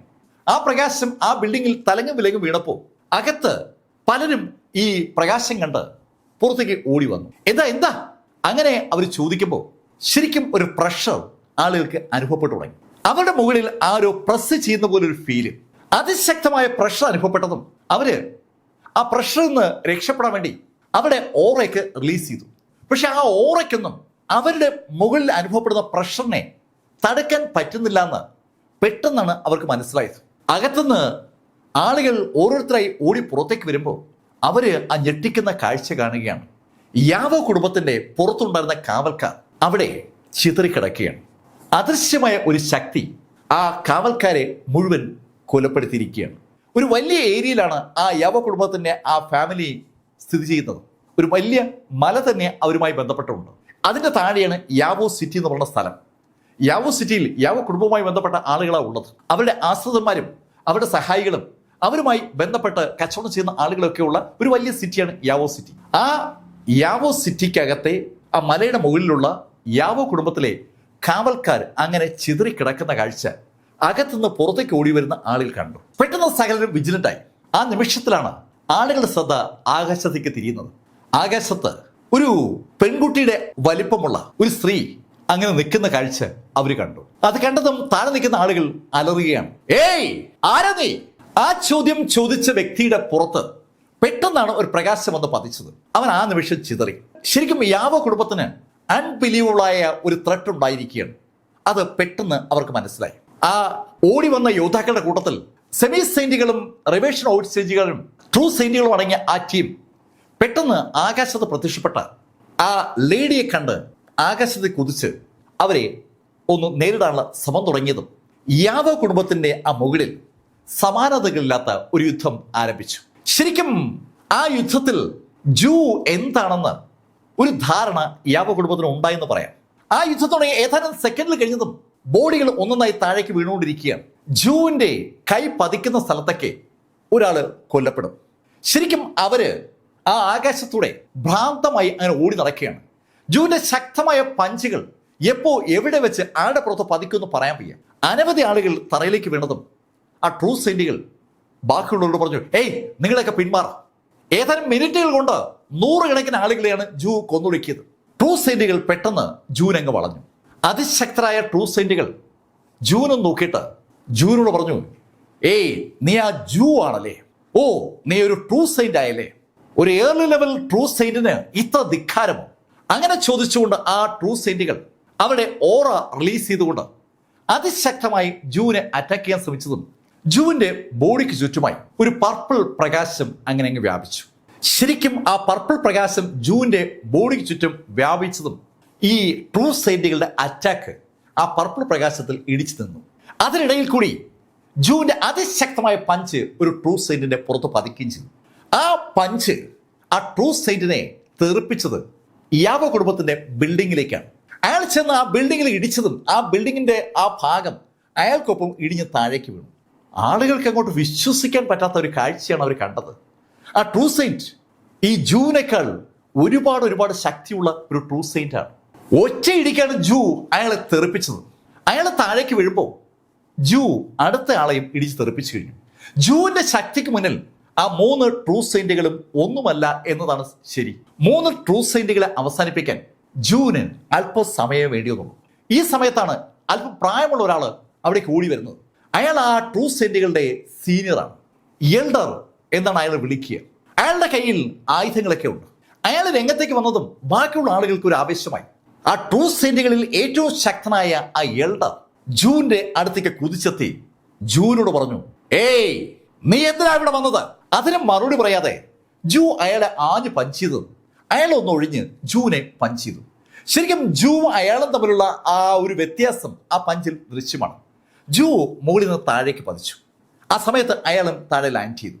താഴെ ലാൻഡ് ചെയ്ത അയാൾ താഴെ വീണ് കിടക്കുന്ന ജൂവിന്റെ അടുത്തേക്ക് സാവധാനം നടന്നു വന്നതും തികച്ചും അമ്പരപ്പിക്കുന്നതും അപ്രതീക്ഷിതവുമായ ഒരു കാര്യം സംഭവിച്ചു. താഴ്ന്ന് ചാടി എണീറ്റ് ജൂ ലൈറ്റനിങ് വേഗതയിൽ തന്റെ മുന്നിലേക്ക് വന്ന ആ ട്രൂ സെയിന്റ് നെഞ്ചിലേക്ക് ആഞ്ഞിടിച്ചു. ജൂവിന്റെ കൈ ആ ട്രൂ സെയിന്റിന്റെ നെഞ്ചു വഴി തുളച്ച് മറുഭാഗത്തെത്തി. എന്താണ് സംഭവിച്ചതെന്ന് ഒരാൾക്ക് ഒരു പിടിയില്ല. ആകെ ആളുകൾ കണ്ടത് ഒരു പർപ്പിൾ പ്രകാശം ആ ട്രൂ സെയിന്റ് നെഞ്ചിലൂടെ മറുഭാഗത്തേക്ക് പാഞ്ഞതാണ്. ആ ട്രൂ സെയിന്റിനും വിശ്വസിക്കാൻ പറ്റുന്നില്ല അങ്ങനെ ഒരു കാര്യം സംഭവിച്ചു എന്നുള്ള കാര്യം. അയാൾ കുനിഞ്ഞ് താഴോട്ട് നോക്കുമ്പോഴേക്കും ജൂവിന്റെ ഇടത് കൈ അയാളുടെ തലയിൽ ആഞ്ഞു പതിച്ചു. ഒറ്റയാടി അയാൾക്ക് ആ കണ്ണുകൾ അയാളുടെ നെഞ്ചിലേക്ക് കൊടുക്കാനേ പറ്റുള്ളൂ. ആ നിമിഷത്തിൽ അയാളുടെ കണ്ണ് ഉൾപ്പെടെ തകർന്ന തരിപ്പണമായി. തല ചിതറി ഠം എന്ന ശബ്ദത്തോടുകൂടി ആ ബോഡി താഴേക്ക് വീഴുമ്പോൾ യാവോ കുടുംബത്തിലെ ആ സിംസൺ ഉൾപ്പെടെയുള്ള ആളുകൾ ഓടിയെത്തിയിരുന്നു. അയാളുടെ തൊട്ടുപുറയെ നൈനാനുമുണ്ട്. നൈനാൻ ശരിക്കും അമ്പരപ്പോടെ ജൂനെ നോക്കുമ്പോൾ സിംസൺ അയാളുടെ കൈയൊന്ന് ചലിപ്പിച്ചു. ആ നിമിഷത്തിൽ ആ യാവോ കുടുംബത്തിന് ചുറ്റുമുള്ള സകല ഫോർമേഷനും ആക്ടിവേറ്റ് ആയി. ഹേയ് ഇവിടെ വന്നിട്ട് ഇവിടുത്തെ സീനിയർ എൽഡറെ അപകടപ്പെടുത്താൻ നീ തയ്യാറായില്ലേ? ഏയ് ജൂ, ഇനി നീ ജീവനോടെ ഇവിടുന്ന് പോകത്തില്ല. അങ്ങനെ യാവോ സാംസൺ പറയുമ്പോൾ അയാൾ അത് ഉദ്ദേശിക്കുന്ന വ്യക്തമാണ്. സകല സ്ഥലത്തുമുള്ള ഫോർമേഷൻസ് ഒരു മുരൾച്ചയോടുകൂടി ആക്ടിവേറ്റ് ആയി. ഇനി അവിടെ നിന്ന് ആർക്ക് രക്ഷപ്പെടാനാവില്ല. അങ്ങനെ സകലരും കരുതുമ്പോൾ ജൂവിന്റെ ഇടത് കൈയിൽ ഒരു തൂവൽ പ്രത്യക്ഷപ്പെട്ടു. അവളുടെ ഇടത് കൈയിൽ പ്രത്യക്ഷപ്പെട്ട ആ തൂവൽ അവള് ഒന്ന് ഇടത്തുനിന്ന് വലത്തേക്ക് വീശുമ്പോൾ ഒരു സുവർണ പ്രകാശം ജൂവിന് ചുറ്റുമുണ്ടായി. ആ പ്രകാശത്തിൽ സകലരെയും കണ്ണ് മങ്ങിയ ആ നിമിഷത്തിൽ ജൂ ആകാശത്തേക്ക് കുതിച്ചിരുന്നു. ആർക്കെങ്കിലും എന്തെങ്കിലും ചെയ്യാൻ കഴിയുമ്പോൾ ജൂ അവിടെ നിന്ന് അപ്രത്യക്ഷമായി. ജൂ അവരുടെ ആ ഫോർമേഷനെ ബ്രേക്ക് ചെയ്തുകൊണ്ട് അവിടുന്ന് രക്ഷപ്പെട്ടു എന്ന് യാഥാർത്ഥ്യം മനസ്സിലായതും യാവോ സിംസൺ കൂടെ നിൽക്കുന്ന ആളുകളോട് പറഞ്ഞു, അവളെ വിടരുത്, അവൾ എവിടെ പോയാലും അവൾ അവസാനിപ്പിക്കണം. കേൾക്കേണ്ട താമസം ജൂവിന്റെ ആ ഓറെ ഫോളോ ചെയ്തുകൊണ്ട് അനവധി ട്രൂ സെയിന്റുകൾ അവൾക്ക് നേരെ കുതിച്ചു. ആ രാത്രിയിൽ ഗുരുതരമായി പരിക്കേറ്റ് ജൂ ആകാശത്തോടെ അങ്ങ് പായുകയാണ്. ഈ സമയത്ത് എമിലി ബ്ലാക്ക് അവളുടെ ഡോങ് ഹുവാങ് മൗണ്ടനിൽ ശരിക്കും ധ്യാനത്തിലാണ്. എമിലി ബ്ലാക്കിനെ നോക്കിക്കൊണ്ട് അല്പം ദൂരെയായി സാക്ഷാൽ അങ്കിളിയാനുണ്ട്. അങ്കിളിയാന്റെ മുഖത്ത് ശരിക്കും ഒരു സങ്കടമുണ്ട്. മാർക്ക് ഫെല്ലർ ആ ബ്ലാക്ക് ഹോളിൽ വീണു എന്നുള്ള വാർത്ത കേട്ട ആ നിമിഷം മുതൽ എമിലിയുടെ എല്ലാ ശൈലിയും മാറിയിരിക്കുകയാണ്. അവളിപ്പോൾ ഭ്രാന്തമായി കൾട്ടിവേറ്റ് ചെയ്യാണ്. എമിലിയെ അപകടപ്പെടുത്തിയ ആ യാവോ കുടുംബത്തെ പൂർണ്ണമായും ഈ പ്രപഞ്ചത്തിൽ നിന്ന് ഒഴിവാക്കുമെന്ന് അവൾ മനസ്സിൽ പ്രതിജ്ഞ ചെയ്തിരിക്കുകയാണ്. അതിനുള്ള ശക്തി അവൾക്ക് നേടണം. അത് മാത്രമാണ് ഇപ്പോൾ എമിലിയുടെ മുന്നിലുള്ള ഏക ലക്ഷ്യം.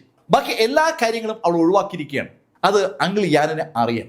അതേക്കുറിച്ച് അങ്ങനെ അങ്കിൾ യാൻ ആലോചിച്ചുകൊണ്ടിരിക്കുമ്പോഴാണ് അതിശക്തമായ ഒരു ഓറ അവരുടെ ഡോങ് ഹ്വാങ് മൗണ്ടിനെ ലക്ഷ്യമാക്കി വരുന്നത് അങ്കിൾ യാന്റെ ശ്രദ്ധയിൽപ്പെട്ടത്. സ്വാഭാവികമായിട്ടും ധ്യാനത്തിലിരിക്കുന്ന എമിലി ബ്ലാക്കും അത് തിരിച്ചറിഞ്ഞു. ശക്തമായ ഒരു ഓറ ആ ഭാഗത്തേക്ക് വരികയാണ്. എമിലി കണ്ണു തുറന്ന് ആകാശത്തേക്ക് നോക്കുമ്പോൾ അങ്കിൾ യാൻ എമിലിയോട് പറഞ്ഞു, എമിലി ആരോ വരുന്നുണ്ട്. അതെ അങ്കിൾ, എനിക്ക് മനസ്സിലായി. അങ്ങനെ അവർ രണ്ടുപേരും പറയുമ്പോഴേക്കും സാക്ഷാൽ ജൂ അവിടേക്ക് പറന്നിറങ്ങി. ജൂവിന്റെ പുറത്തുകൂടി രക്തം ഒലിക്കുന്നുണ്ട്. ജൂവിനെ കണ്ടതും അങ്കിൾ യാൻ ജൂവിനോട് ചോദിച്ചു, ഏയ് ജൂ, ഈ രാത്രിയിൽ നീ എന്തിനാ ഇവിടെ വന്നത്? അങ്കിൾ യാനോട് മറുപടി പറയാതെ ജൂ എമിലിയെ നോക്കി. ഏയ് എമിലി, നീ മാർക്കിന് ഏറ്റവും വേണ്ടപ്പെട്ടവളാണ്. എന്നിട്ടും മാർക്കിനെ അപകടപ്പെടുത്തിയ ആളുകളെ നീ എന്താ തൊടാത്തത്? ജൂവിന്റെ ആ ചോദ്യം എമിലി കൃത്യമായി കേട്ടു. ജൂ ആ ചോദ്യം ചോദിച്ചപ്പോ എമിലി ജൂവിനെ ഒന്ന് സൂക്ഷിച്ചു നോക്കിയാണ്. ജൂവിന്റെ ബോഡി കൂടി രക്തം ഇങ്ങനെ ഒലിക്കുന്നുണ്ട്. ആ ബോഡിയിലേക്ക് എമിലി ബ്ലാക്ക് ഒന്ന് നോക്കുമ്പോൾ പെട്ടെന്ന് എമിലി അങ്ങ് ദൂരേക്ക് നോക്കി. അതേ നിമിഷത്ത് അങ്കിൾ യാനും ദൂരേക്ക് നോക്കുകയാണ്. അവിടേക്ക് വേറെയും അതിശക്തരായ ആളുകൾ വരുന്നുണ്ടെന്ന് ആ നിമിഷം അവർക്ക് മനസ്സിലായി. എമിലി പെട്ടെന്ന് അങ്കിൾ യാനോട് പറഞ്ഞു, അങ്കിൾ ജൂവിനെ അകത്ത് കിടത്ത്. ജൂ പെട്ടെന്ന് എമിലിയോട് പറഞ്ഞു, എമിലി ഏയ് ജൂ, എനിക്കറിയാം, ഞാൻ തൽക്കാലം ആ വരുന്നവരെ ഒന്ന് നോക്കട്ടെ. അങ്ങനെ പറഞ്ഞിട്ട് എമിലി ബ്ലാക്ക് ആ മുറ്റത്തോട്ട് ഇറങ്ങി നിൽക്കുമ്പോൾ അങ്കിൾ യാൻ ജൂവിനെ അവരുടെ അകത്ത മുറിയിലേക്ക് കൊണ്ടുപോയി. ഏതാനും സെക്കൻഡിൽ കഴിഞ്ഞതും അവിടെ യാവോ കുടുംബത്തിലെ 3 എൽഡേഴ്സ് എത്തി. അവരെത്തുമ്പോൾ മുറ്റത്ത് കൈ പുറകിൽ കെട്ടി സാക്ഷാൽ എമിലി ബ്ലാക്ക് അങ്ങനെ നിൽക്കുകയാണ്. തന്റെ മുന്നിൽ വന്നിറങ്ങിയ ആ യാവോ കുടുംബത്തിലെ എൽഡേഴ്സ് നോക്കി എമിലി ബ്ലാക്ക് ചോദിച്ചു, ഏയ് ഈ രാത്രിയിൽ ഇവിടെ ഈ ഡോങ് ഹ്വാങ്ങിൽ നിങ്ങൾ എന്തിനാ വന്നത്? സെയിൻസ് ബ്ലാക്ക്, ഞങ്ങൾ ഒരാളെ തിരക്കി വന്നതാണ്. ഏതാളെ തിരക്കിയാണെങ്കിലും ഈ രാത്രിയിൽ ഇവിടെ എന്റെ അനുവാദമില്ലാതെ വരാൻ നിങ്ങൾക്ക് എങ്ങനെയാ ധൈര്യം ഉണ്ടായത്? സെയിൻസ് ക്ഷമിക്കണം, ഞങ്ങൾ ആ ജൂവിനെ തിരക്കി വന്നതാണ്. ജൂവോ? അതാരാ? സെയിൻസ്, ആ മാർക്കിനൊപ്പം ഉണ്ടായിരുന്ന ജൂ ഇവിടേക്ക് വന്നിട്ടുണ്ട്. ഇവിടെ ആരും വന്നിട്ടില്ല. സെയിൻസ് അങ്ങനെ പറയരുത്, ഇവിടെ വന്നിട്ടുണ്ട്. ഏയ്, ഞാൻ പറഞ്ഞത് മനസ്സിലായില്ലേ? ഇവിടെ ആരും വന്നിട്ടില്ല. സെയിൻസ്, ഞങ്ങള് ഇവിടെ ഒന്ന് സെർച്ച്, നിങ്ങള് എന്റെ അനുവാദമില്ലാതെ ഇവിടെ സെർച്ച് ചെയ്യാൻ പോകുന്നു. അങ്ങനെ പറഞ്ഞ സെയിൻസ് എമിലി ബ്ലാക്കിന്റെ മുഖഭാവം അങ്ങ് മാറി. അതോടൊപ്പം അവൾക്ക് ചുറ്റുമുള്ള ഓറ അതിവേഗം റിലീസ് ചെയ്യപ്പെടുകയും ചെയ്തു. ശരിക്കും എമിലി ബ്ലാക്ക് ഒരു അറ്റാക്കിന് തയ്യാറെടുക്കുകയാണെന്ന് മനസ്സിലായതും അവിടേക്ക് വന്ന ആ 3 ട്രൂ സെയിന്റുകളും മുഖത്തോട് മുഖം നോക്കി. അവർക്ക് എമിലി ബ്ലാക്കിനോട് എതിർക്കാൻ പറ്റില്ല. എമിലി ബ്ലാക്കിന്റെ ആ വസതിയിൽ വന്ന് എമിലി ബ്ലാക്കിനെ എതിർത്താൽ പിന്നെ എന്ത് സംഭവിക്കും എന്നതിനെ കുറിച്ച് അവർക്ക് നല്ല ധാരണയുണ്ട്. അതുകൊണ്ട് അവർ 3 പേരും എമിലി ഒന്ന് സൂക്ഷിച്ചു നോക്കിയിട്ട് എമിലിയോട് പറഞ്ഞു, സോറി സെയിൻസ്, സോറി, ഞങ്ങൾ അറിവില്ലാതെ പറഞ്ഞതാണ്. അങ്ങനെ പറഞ്ഞിട്ട് അവർ പെട്ടെന്ന് അവിടെ നിന്ന് മാറുകയും ചെയ്തു. അവര് ആ ഡോങ് ഹ്വാങ് മൗണ്ടന്റെ പുറത്തേക്ക് അതിവേഗം പാഞ്ഞു. ഡോങ് ഹ്വാങ് മൗണ്ടന്റെ പുറത്തേക്ക് അവർ പായുമ്പോൾ അവിടേക്ക് സാക്ഷാൽ അങ്കിൾ യാൻ വന്നു. അങ്കിൾ യാൻ അല്പനേരം അവിടെ ഇങ്ങനെ കാത്തു നിന്നിട്ട് എമിലിയോടൊന്ന് പറഞ്ഞു, അവര് പോയിട്ടൊന്നുമില്ല, ആ മൗണ്ടിന് താഴെ അവർ കാത്തു നിൽപ്പുണ്ട്. ഓക്കെ അങ്കിൾ, അത് അങ്ങനെ ആവട്ടെ, നമുക്ക് ജൂന് എന്ത് പറ്റിയെന്ന് നോക്കാം. എമിലി ബ്ലാക്ക് അങ്കിൾ യാനും കൂടി ജൂവിന്റെ അടുത്ത് ഓടിയെത്തുമ്പോൾ ജൂ ബോധരഹിതയായി കിടക്കുകയാണ്. ശരിക്കും എമിലിയുടെ അടുത്തേക്ക് എത്താനുള്ള ശക്തി മാത്രമേ ജൂന് ഉണ്ടായിരുന്നുള്ളൂ. എമിലി അതിവേഗം ജൂവിന്റെ പുറത്തേക്ക് സ്പിരിച്വൽ എനർജി റിലീസ് ചെയ്തു തുടങ്ങി. എമിലിയുടെ കയ്യിലൂടെ സ്പിരിച്വൽ എനർജി ജൂവിന്റെ പുറത്തേക്ക് കയറിക്കൊണ്ടിരിക്കുകയാണ്. ആ സമയത്ത് എമിലി ബ്ലാക്ക് അങ്കിൾ യാനോട് പറഞ്ഞു, അങ്കിൾ, നമ്മുടെ ആൽക്കമിസ്റ്റുകളെ വരുത്തി ഇവർക്ക് ആവശ്യമായ മരുന്ന് കൊടുക്കണം. അങ്കിൾ യാൻ അതിനുള്ള തയ്യാറെടുപ്പിലേക്ക് കടന്നു. ഒരാഴ്ച കഴിഞ്ഞിട്ടാണ് ശരിക്കും ജൂ കണ്ണു തുറന്നത്. കണ്ണു തുറന്നപ്പോൾ ജൂ കാണുന്നത് എമിലി ബ്ലാക്കിനെയാണ്. എമിലി ബ്ലാക്ക് ജൂ കിടക്കുന്ന കിടക്കയിൽ നിന്ന് അല്പം മാറി ഒരു കസേരയിലിരുന്ന് ഒരു തുണി തുന്നിക്കൊണ്ടിരിക്കുകയാണ്. ശരിക്കും ആ തുന്നലിൽ രസിച്ചിരിക്കുകയാണ് സാക്ഷാൽ എമിലി ബ്ലാക്ക്. എമിലി ബ്ലാക്കിനെ കണ്ടതും ജൂ കിടക്കുന്ന എണീറ്റു. എമിലി, ഞാൻ എങ്ങനെ എവിടെ എത്തിയ? ഹേയ് ജൂ, രാത്രി എന്റെ വസതിയിലേക്ക് അതിക്രമിച്ചു വന്നിട്ട് ഈ ചോദ്യം എന്നോട് ചോദിക്കുകയാണോ? പിന്നെ ജൂന്റെ അറിവിലേക്ക് വേണ്ടി ഞാനൊരു കാര്യം പറയാം. ഞാൻ യാവോ കുടുംബത്തിലേക്ക് പോയിട്ടില്ല എന്ന് കരുതരുത്, ഞാൻ അവിടെ പോയിരുന്നു. അങ്ങനെ എമിലി ബ്ലാക്ക് ജൂനോട് പറയുമ്പോൾ എമിലിക്ക് വേറെയും കുറെ കാര്യങ്ങൾ ഇപ്പോൾ അറിയാം. ആ രാത്രിയിൽ ജൂ ശരിക്കും യാവോ കുടുംബത്തിന്റെ ആ സീനിയർ എൽഡറെ കൊലപ്പെടുത്തി എന്നുള്ള കാര്യം, ആ സീനിയർ എൽഡർ അതിശക്തനായ ഒരു ട്രൂ സെയിന്റ് ആണ്. അയാളെപ്പോലെ ഒരാളെ ജൂ കൊലപ്പെടുത്തിയ കാര്യം വിശ്വസിക്കാൻ അത് അറിഞ്ഞ നിമിഷത്തിൽ അങ്കിൾ യാനിനും അതുപോലെ എമിലിക്കും വല്ലാത്ത ബുദ്ധിമുട്ടായിരുന്നു. പക്ഷേ സംഭവം പിന്നീട് അവർ അറിഞ്ഞു. ആ യാവോ കുടുംബത്തിലെ ഏകദേശം 300ഓളം ആളുകളെയാണ് ജൂ കൊലപ്പെടുത്തിയത്. അതൊരു താണ്ഡവമായിരുന്നു. മാർക്കിന് വേണ്ടി ജൂ ചെയ്ത ആ കാര്യങ്ങൾ അറിഞ്ഞപ്പോൾ ജൂവിനെ എന്ത് വില കൊടുത്തും സംരക്ഷിക്കണമെന്ന് എമിലി ബ്ലാക്ക് തീരുമാനിച്ചതാണ്. എമിലി ബ്ലാക്ക് ജൂവിനോട് പറഞ്ഞു, ജൂ ആ യാവോ കുടുംബത്തിൽ പോയതും അവിടെ ചെയ്തതൊക്കെ ഞങ്ങൾ അറിഞ്ഞു. പെട്ടെന്ന് ജൂ എമിലിയോട് പറഞ്ഞു, എമിലി, ഞാൻ ഒരു കാര്യം വിശ്വസിക്കുന്നുണ്ട്, മാർക്ക് മരിച്ചിട്ടില്ല എന്ന കാര്യം. അത് കേട്ടതും എമിലിയുടെ കണ്ണുകളൊന്നും തിളങ്ങി. എമിലി ജൂവിനോട് പറഞ്ഞു, ജൂ, ഞാനും അത് തന്നെയാണ് വിശ്വസിക്കുന്നത്. മാർക്കിന് എന്നെ ഒറ്റയ്ക്കാക്കിയിട്ട് കടന്നു പോകാൻ കഴിയില്ല. അതുമല്ല, മാർക്കിനെ അങ്ങനെ അവസാനിപ്പിക്കാൻ ആർക്കും ആവില്ല. അങ്ങനെ എമിലി പറഞ്ഞതും ജൂ എമിലിയോട് ചോദിച്ചു, എമിലി, കഴിക്കാൻ വല്ലതും കിട്ടുമോ? ശരിക്കും ജൂവിന്റെ ആ ചോദ്യം കേട്ടപ്പോൾ എമിലി അറിയാതെ ചിരിച്ചു പോവുകയാണ്. പിന്നെന്താ, സംഘടിപ്പിക്കാലോ. എമിലി അതിവേഗം ജൂവിന് ആവശ്യമായ ഭക്ഷണ സാധനങ്ങൾ ഒരുക്കി. ജൂ ആ ഭക്ഷണത്തോട് സ്വാഭാവികമായും ഒരു യുദ്ധം തന്നെ പ്രഖ്യാപിച്ചു എന്ന് പറയാം. പക്ഷെ ആ നിമിഷം മുതൽ ജൂവും എമിലിയും തമ്മിൽ ഒരു വല്ലാത്ത അടുപ്പമുണ്ടായി. ജൂ എമിലിയോട് സംസാരിക്കുമ്പോൾ എമിലി ചിരിക്കുന്നുണ്ട്. എമിലിയും ജൂവും പല കാര്യങ്ങളും പറഞ്ഞ് ചിരിക്കുകയും പൊട്ടിച്ചിരിക്കുകയും ഭക്ഷണം കഴിക്കുകയും ആ സംഭാഷണം അങ്ങനെ കൊണ്ടുപോവുകയും ചെയ്യുന്നത് അല്പം മാറി നിൽക്കുന്ന അങ്കിൾ യാൻ കണ്ടു. അത് കണ്ടപ്പോൾ അങ്കിൾ യാന്റെ മനസ്സിൽ ആദ്യമായി ഒരു ശാന്തത വിരിഞ്ഞു എന്ന് പറയാം. ഈ സംഭവ വികാസങ്ങളൊക്കെ ഇവിടെ അങ്ങനെ നടക്കുമ്പോൾ ആ ബ്ലാക്ക് ഹോളിനകത്ത് മാർക്ക് ഫെല്ലർ തികച്ചും നിർണായകമായ ഒരു കാര്യം കണ്ടെത്തി. മാർക്കിനെ എന്തോ ബ്രീത്ത് ചെയ്യാൻ പറ്റുന്നുള്ള കാര്യം. അങ്ങനെ ബ്രീത്ത് ചെയ്യുമ്പോൾ മാർക്കിന്റെ ശക്തി കൂടിക്കൂടി വരികയാണ്. ആ ശക്തി കൂടിക്കൂടി വരുന്നത് കണ്ടതും മാർക്ക് ആ ശൂന്യതയിൽ, ആ അന്തരീക്ഷത്തിൽ ശരിക്കും ചമ്രം പടിഞ്ഞ് ഇരുന്നു തുടങ്ങി. ധ്യാനത്തിൽ ഇരിക്കും പോലെ. സംഭവിച്ചതൊക്കെ നല്ലതിന്, സംഭവിക്കാൻ ഇരിക്കുന്നതും നല്ലതിന്, ആ ഒരു ചിന്തയിലേക്ക് മാർക്ക് ഫെല്ലർ കടന്നിട്ട് മാർക്ക് ആ ബ്രീത്തിങ് സ്റ്റാർട്ട് ചെയ്തു. ശരിക്കും മാർക്കിന്റെ ആ സ്ഥിരം ശൈലിയിലുള്ള ബ്രീത്തിങ് മാർക്കിനെ അത്ഭുതപ്പെടുത്തിക്കൊണ്ട് മാർക്കിന്റെ ബോഡിയിലേക്ക് ആ എനർജി ഇങ്ങനെ കയറി വരികയാണ്. മാർക്ക് അല്പസമയം കഴിഞ്ഞപ്പോൾ തന്നെ ആ കാര്യം മനസ്സിലാക്കി. മാർക്ക് സാധാരണഗതിയിൽ ബ്രൈറ്റ് എനർജിയും ഡാർക്ക് എനർജിയും അബ്സോർവ് ചെയ്തിട്ട് അതിനെ മെറിഡിയൻ സർക്കുലേഷൻ ടെക്നിക്ക് ഉപയോഗിച്ച് സർക്കുലേറ്റ് ചെയ്ത് മാർക്കിന്റെ ബോഡിയിൽ എല്ലായിടത്തും എത്തിക്കുകയാണ് ചെയ്യുന്നത്. പക്ഷെ ഇപ്പോ മാർക്ക് വലിച്ചെടുക്കുന്ന ഊർജത്തിന് മാർക്കിനെ മെറിഡിയൻ സർക്കുലേഷൻ ടെക്നിക്കിലൂടെ എല്ലാ ഭാഗത്തും എത്തിക്കുമ്പോൾ ഒരു കാര്യം മാർക്ക് അറിയുന്നുണ്ട്, ബ്രൈറ്റ് എനർജിയും ബ്ലാക്ക് എനർജിയും ചേരുന്ന എനർജി, അതാണ് ഇപ്പൊ മാർക്ക് വലിച്ചെടുക്കുന്നത്. ആ ചിന്ത മാർക്കിന്റെ മനസ്സിലേക്ക് വന്നതും മാർക്കിന് അതുകൂടി ഉറപ്പായി. മാർക്ക് വലിച്ചെടുക്കുന്നത് സാക്ഷൽ കയോട്ടിക് എനർജിയാണ്. ആ ഊജിയുടെ ഗുഹയിൽ മാർക്ക് അനുഭവിച്ച അതേ കയോട്ടിക് ഊർജം ഇവിടെ ഈ ശൂന്യതയിൽ മാർക്കിന് അനുഭവപ്പെടുകയാണ്. മാർക്കിന് അതുണ്ടാക്കിയ ആത്മവിശ്വാസത്തിന് അതിരുകളില്ല എന്ന് പറയാം. താൻ ശക്തനായാൽ ഉറപ്പായും ട്രൂ സെയിന്റായി ബ്രേക്ക് ആവും. ട്രൂ സെയിന്റ് ആയി കഴിഞ്ഞാൽ പിന്നെ ആ ഓയിഡിനെ, ആ ബ്ലാക്ക് ഹോളിനെ തകർത്ത് പുറത്തു കിടക്കാൻ തനിക്കൊരു ബുദ്ധിമുട്ടും ഉണ്ടാവില്ല. അതിന് എത്ര സമയം വേണമെങ്കിലും എടുക്കാൻ മാർക്ക് തയ്യാറാണ്. അതല്ലാതെ മാർക്കിന് വേറെ ഒരു മാർഗവുമില്ല. മാർക്ക് പൂർണ്ണമായും ആ ധ്യാനത്തിൽ അങ്ങനെ തുടർന്നു. ഈ ധ്യാനം ദിവസങ്ങളും ആഴ്ചകളും മാസങ്ങളും അവസാനം വർഷങ്ങളും അങ്ങനെ കടക്കുകയാണ്. മാർക്കിന്റെ ബോഡിയുടെ ശക്തി ഇങ്ങനെ കൂടിക്കൂടി വരികയാണ്. വർഷങ്ങൾ അതിവേഗം അങ്ങ് കടന്നുപോയി. അത് ഡെക്കേഡുകളായി. 50 വർഷം കടന്നുപോയത് മാർക്ക് ഫെല്ലർ അറിഞ്ഞില്ല എന്നാണ് സത്യം.